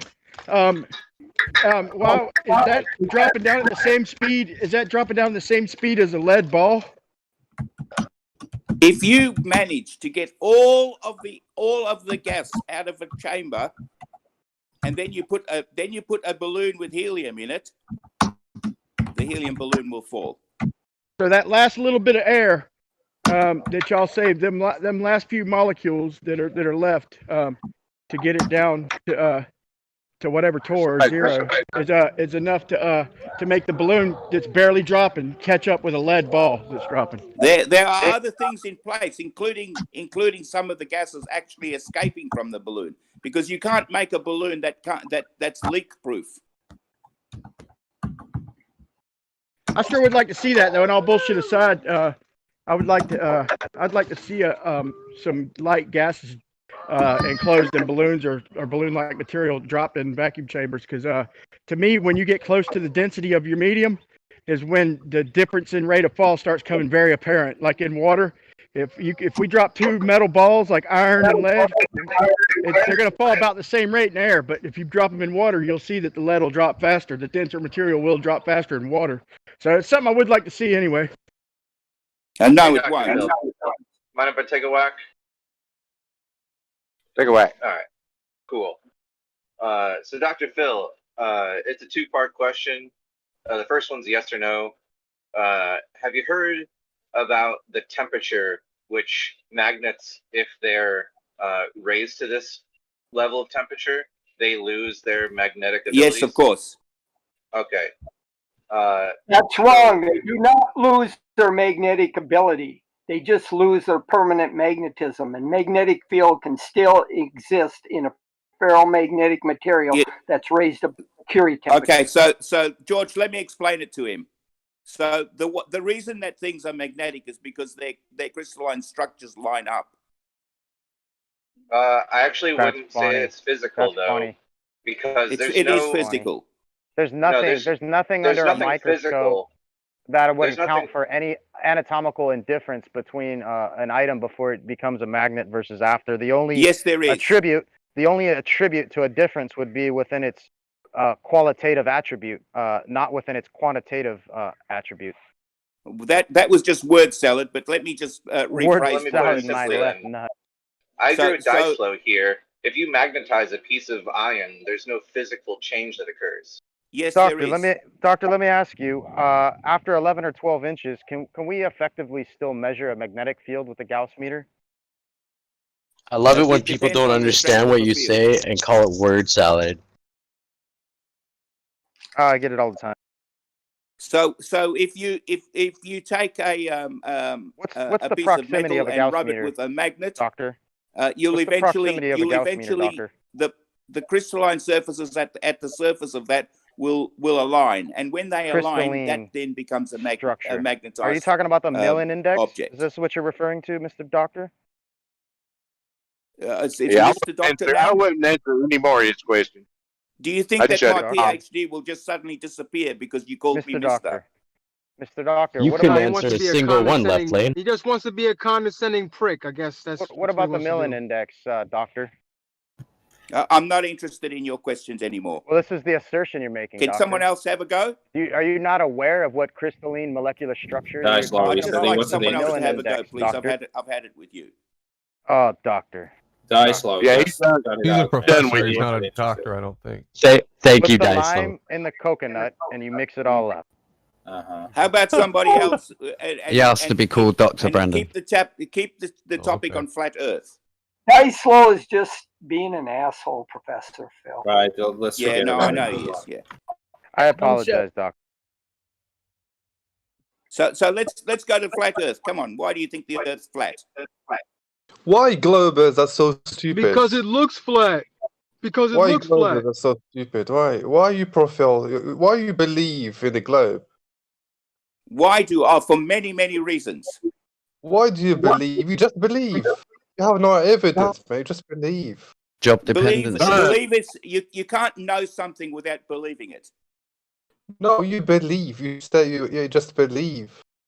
Skeptical, you need to listen less to chemo. I have very good reasons for believing that we just put our fingers in our ears. We close our eyes and we say, we just put our fingers in our ears, we close our eyes and say, it's a globe, it's a globe. No, you guys just have like... You gotta click. No, you don't. I believe it's a globe. Oh, dude, you're right. I forgot to do that this half hour. That's what we do. Yep. That is pretty much what you do, yeah. We don't look at any evidence.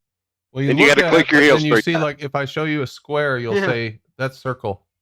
Like that. That's what you guys do. No. Yes. This is one of the moments where I think they're being honest. You didn't finish telling me why you think Earth is flat. other than it looks flat. No, again, like profile, right? Are you familiar with the water level? Sorry. Just answer my Water question, level. please. Yeah, water level. Water level proves flat Earth. Water never lies flat, ever. Sure. Clip that. That's impossible. That's affirmative. It's impossible for water to lie flat. Hey, doctor, Water can you tell me? naturally wants- Can you tell me what the measurement from the molecular structure of water from nucleus to nucleus? Can you tell me what that measurement is, doctor? That's not the. We're not talking about the molecular structure of water right now. Oh, but we are.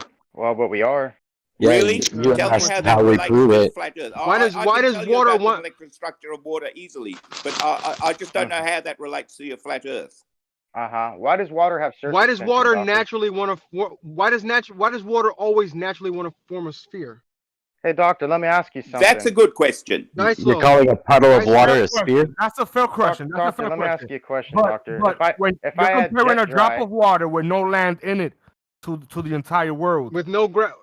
Exactly, with no land in to the it, water, just doctor, water. and I break up So the if we were viscosity in a of your water, hypothetical how much surface tension do you have water now, drop, doctor? yes, that could be possible. But we're in a giant thing with land, and in a water droplet, there's no land. So I don't understand the comparison. Would you like me to explain to you why Matrix. why the water cannot be flat? I literally have a already cup. know. I have a cup in my hand right now that says otherwise. No, it's not. That even the water in your cup is not flat.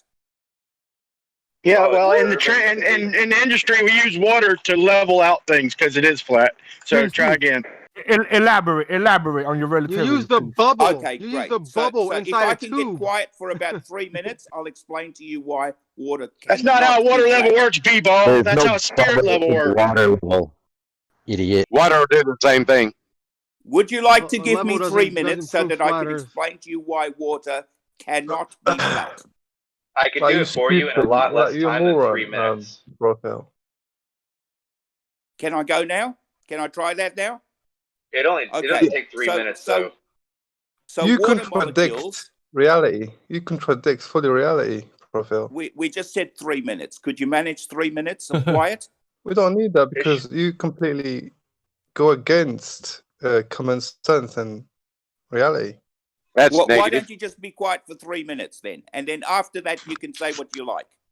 Surface of the water spans across some fraction of a fraction of a fraction of a degree around a curved So sort of again, circumference. can you please So just be quiet for 3 It's minutes? at least curved to a little bit because it's taking up a 100th of a degree around that Yeah, area. hey, how about rather than guessing what he's gonna say, we let Is him it that say you're it. not interested in understanding that in getting an answer from me? Is that right? I mean, I'm pretty sure we all know why you think on a globe water is never I bet flat. you don't. You know, there's only one way to know for sure, and that's to let him get on with that it. you don't. Let's hear what he has to say. Go ahead. Okay, now that we've got a little bit of quiet, I'll try to explain to you why water cannot ever be flat.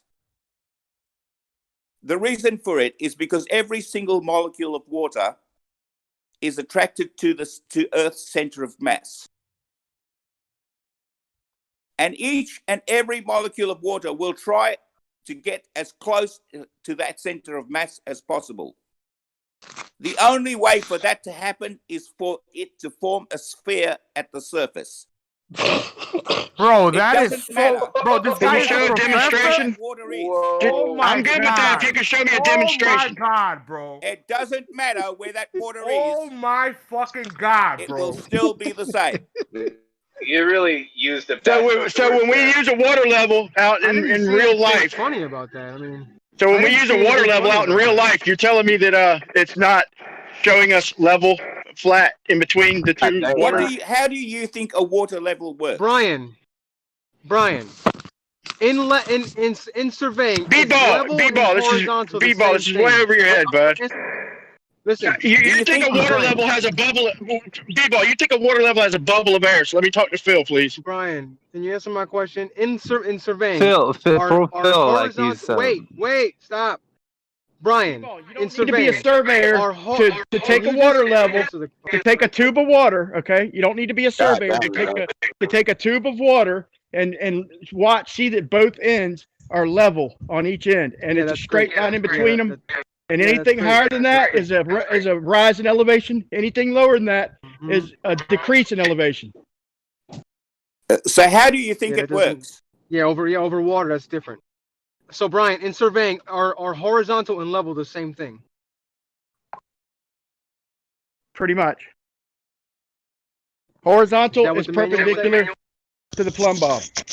A level is the tool used to create a horizontal. Going now. The level line and horizontal in surveying, is it the same thing? So if there's two, can you please explain to me why two cities at the equator are further apart than two cities below the equator that are on the same longitude? Well, when they tried to prove that, they come out with a potato. So your spherical Earth is now a potato, Phil. I just want you to contemplate that on a flat Earth. When they tried to prove that, they worked their way to the equator. They wound up with a potato, Phil. That's your latest. He said, wait, I'll ask the question again. He said, how are what I said? He said, how are two cities that are on the same? It is a further distance than at the same longitude south of the equator. Please think because about it was mapped. I'll tell you because it was your flat Earth nonsense. No, because it was mapped out with longitude and latitude. Because it was mapped out with longitude and latitude, you wound up with a potato. Phil, when you can, please educate me on how do we determine what is the equator exactly? And we'll all take a deep breath. Phil, Phil, when you use longitude and latitude, the distance between the North Pole and the South Pole. Phil, you know when you're using longitude and latitude, you're mapping it out one question at a time. Ball. Still didn't work. You wound up with a potato. No, that's SE ended up with the potato. That's a great question. I think I've left you with a question that you cannot answer. So that will be impressive. I just told you, you use longitude and latitude, Phil. Give me that answer. Yeah, but when you use longitude, it's an easy answer. It's an easy answer. If B-Ball would shut up. You use longitude and latitude, okay? When you use longitude and latitude, you're mapping it out on a sphere, but it didn't work when you got the equator, so you wound up with a potato. I'm not talking about that. I'm just saying in reality, the distance between two cities at the equator are bigger than the distance between two cities below the equator at the same longitude. All you have to do is explain. You just answered your own question. You just said it. Longitude. You don't even understand. Brian, do you understand the question? People, you have no clue what you're even saying. Longitude means you're mapping it out on a ball. It's the convergence line that he's on about. The convergence of the self. Let's keep it, let's keep it amicable here. I know exactly what he's saying. Two cities. Good. If you know exactly what I'm saying, give me a solution for that on flat Earth, please. Okay, use a grid system like the Navy does. Use a grid coordinate system like the Air Force and the U.S. Navy use, and you won't get that problem. You won't get a potato either. Yeah, you get a different problem. Every time you have a coordinate that's Cartesian if you use coordinates, you get a sphere. It's amazing. No, when you use Cartesian coordinates to try and map it out on a sphere, that's why it doesn't work. You're trying to use flat lines. As you go south, they start to converge. No, you are trying to map out. You are trying to map out flat lands onto a ball, and it doesn't work. You wind up with a potato or some other distortion. But we know the distance. But we know the distances between cities, Brian. Yeah, and I can put it right. And what does longitude infer? B-ball. What does longitude infer? Listen, we put two cities on two different longitudes, right? Echo. B-ball, what does longitude infer? So you're putting it on. Okay, what he's saying. You're using longitude. So what does that mean? What do you mean? You could have longitude on We're talking about the distance between two cities or a sphere. I want to see if B-Ball understands his own argument. What does longitude imply? What do you mean longitude? You're mapping it with longitude? You're using longitude lines. What does that mean? That go up and down. Longitude lines, Brian. And meet where? And meet where? Where do they meet? At the North They longitude meet lines. at the North Pole and they meet at And the at the South South Pole, Pole. Brian. So would you say that's an assumption? No, So that's it's what not- you're it's finding not out. mapping. Not Use assumptions them at all. fucking I'm just telling navigate. you that there's two cities, that there are two cities. One at the equator is a further distance than the two cities south of the equator at the same longitude. In other words, the same on the same angle longitude. Yes. apart. Yes. On the same longitude. On the same longitudes, those two cities are different lengths, different distances apart. Can you please They'll be put that longer. onto a flat Earth so that it makes sense? That's all I'm asking you to Yep. do. They'll be longer. They'll be longer on the equator than they are below the equator. Like Yes, I said, do that on a flat if you Earth. use a flat grid system like the Navy and the Air Force, then you will eliminate them distortions. No, what's That's not true. Put it on a flat That's Earth, not true. please, and then put it in the What do you distance mean, so we Brian? can Because all I can see give it. you a map. I can give you a map below the equator, from Sure, anywhere. go Listen, ahead. listen. No, Even wait, on a wait. flat surface, if Brian, you're using flat Brian. lines, they're going to spread out. What grid system you talking Yeah, about? you're yelling. No, that's you not know? true. Listen, That's not if how you're they make the map. using a flat map and you're starting in the center with circles, then Brian, the grids get are going your to mic out of your mouth. the grids are going to Brian, get I bigger work as with- they spread out, Brian, right? Brian, Very Brian, good. I know- Yeah, map. That's I correct. You're work very with sharp today. Brian, I work with geospatial engineers who create maps. If you want a map of somewhere, I will give you a map to anywhere on Bebo, Earth. Bebo, I could map my city on a ball. You fool! It depends what you map it on. Just produce a flat Earth map guess that what? that It's gonna describes be- what I just said. The distance at the equator has to be bigger than the distance south of the equator. Now, produce a flat Earth map that does that.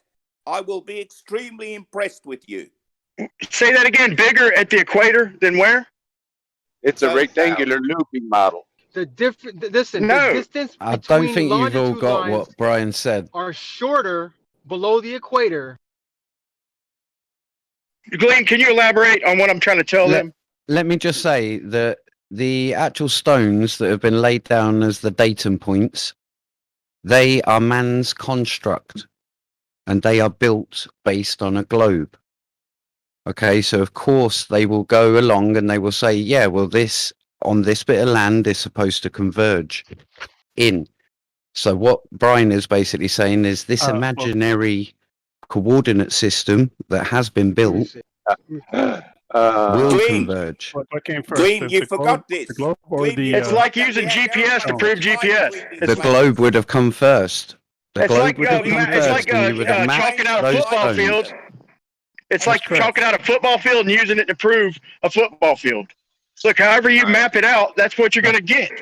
You guys understand? correct. You guys understand the lines of longitude? The distances are between the definite cities positions. are real. Yeah, they're Someone made a defined. very clear point. We're trying to test the sun speed in the tropics right now, but No, you don't. because that's one thing y'all have never proven. And that's funny y'all haven't proven that. There was one person who made as good of a point that needs to be made. I don't know why you guys Just a second ago. can't do this stupid experiment because the sun is over a point in the tropics right now. We're trying. We're working on it. I can't believe the globe has never done it. 7 days a week, 365 days a year, the sun is someplace directly overhead in the tropics. I can think of one reason why the globe side hasn't done this experiment. I've Because it already doesn't work. done this. I've shown it to No, you Jeremy. haven't. You haven't I've done shown it. to You all of haven't done it in Yes, I three have. places. You haven't done it in I've three done it places in and 20 measured the places. distance. That's why. No, not with you haven't done it with a if you have, let's see it. I've There's shown no it to reason you. to do this stupid experiment. That's why. And when it proves It's a the globe Earth- killer, man. It's a globe when killer. when it That's proves- why you can't show it. When it Dude, proves I've the already globe, done it and seen the results. I don't know why you say it's globe killer. and so when it proves the globe, how are you going to hand wave it away? I don't understand. If Coach, it's a I don't globe know if you're killer, on a why different don't Hey, you when, go and do it right hey, now? I'll deal with that when that time comes. But Brian, go you should do already it. have that If I'm up information. with some sort Destroy of the shit. Like, globe right sort of like now. Bob Nodell did when his gyroscope proved that the Earth is a globe. He had to hand wave it away. No, his gyroscope proved 15 degrees an hour. Something's Right. spinning. Either the reference frame No, you that put- we're in, or either us. Okay, so what- that shows there's an ether right there. Sure. Because how No, it could you doesn't. prove we're spinning if there's no Oh, you reference moron. frame? If there, wait. If there's no reference frame, idiot. If there's no reference frame to fucking be spinning in, then how the fuck could he have proved it? You stupid fuck. God, you just called him a stupid fuck. You just called him a stupid fuck, right? Dude, when you okay, just described, when you just described, listen,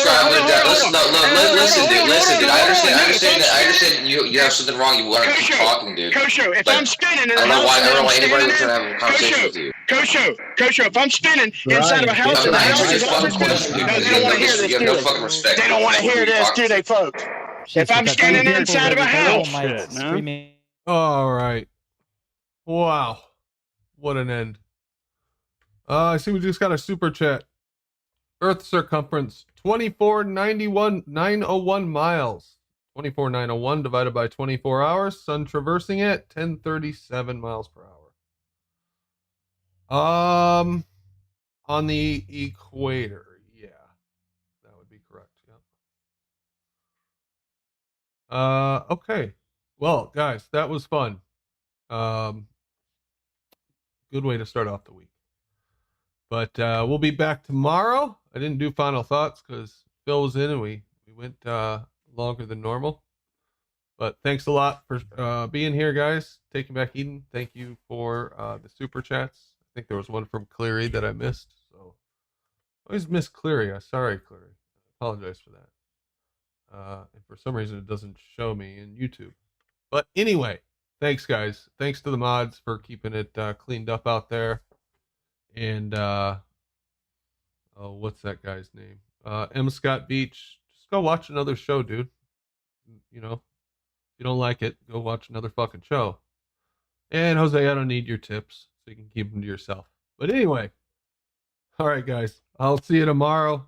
Have a good one. Bye.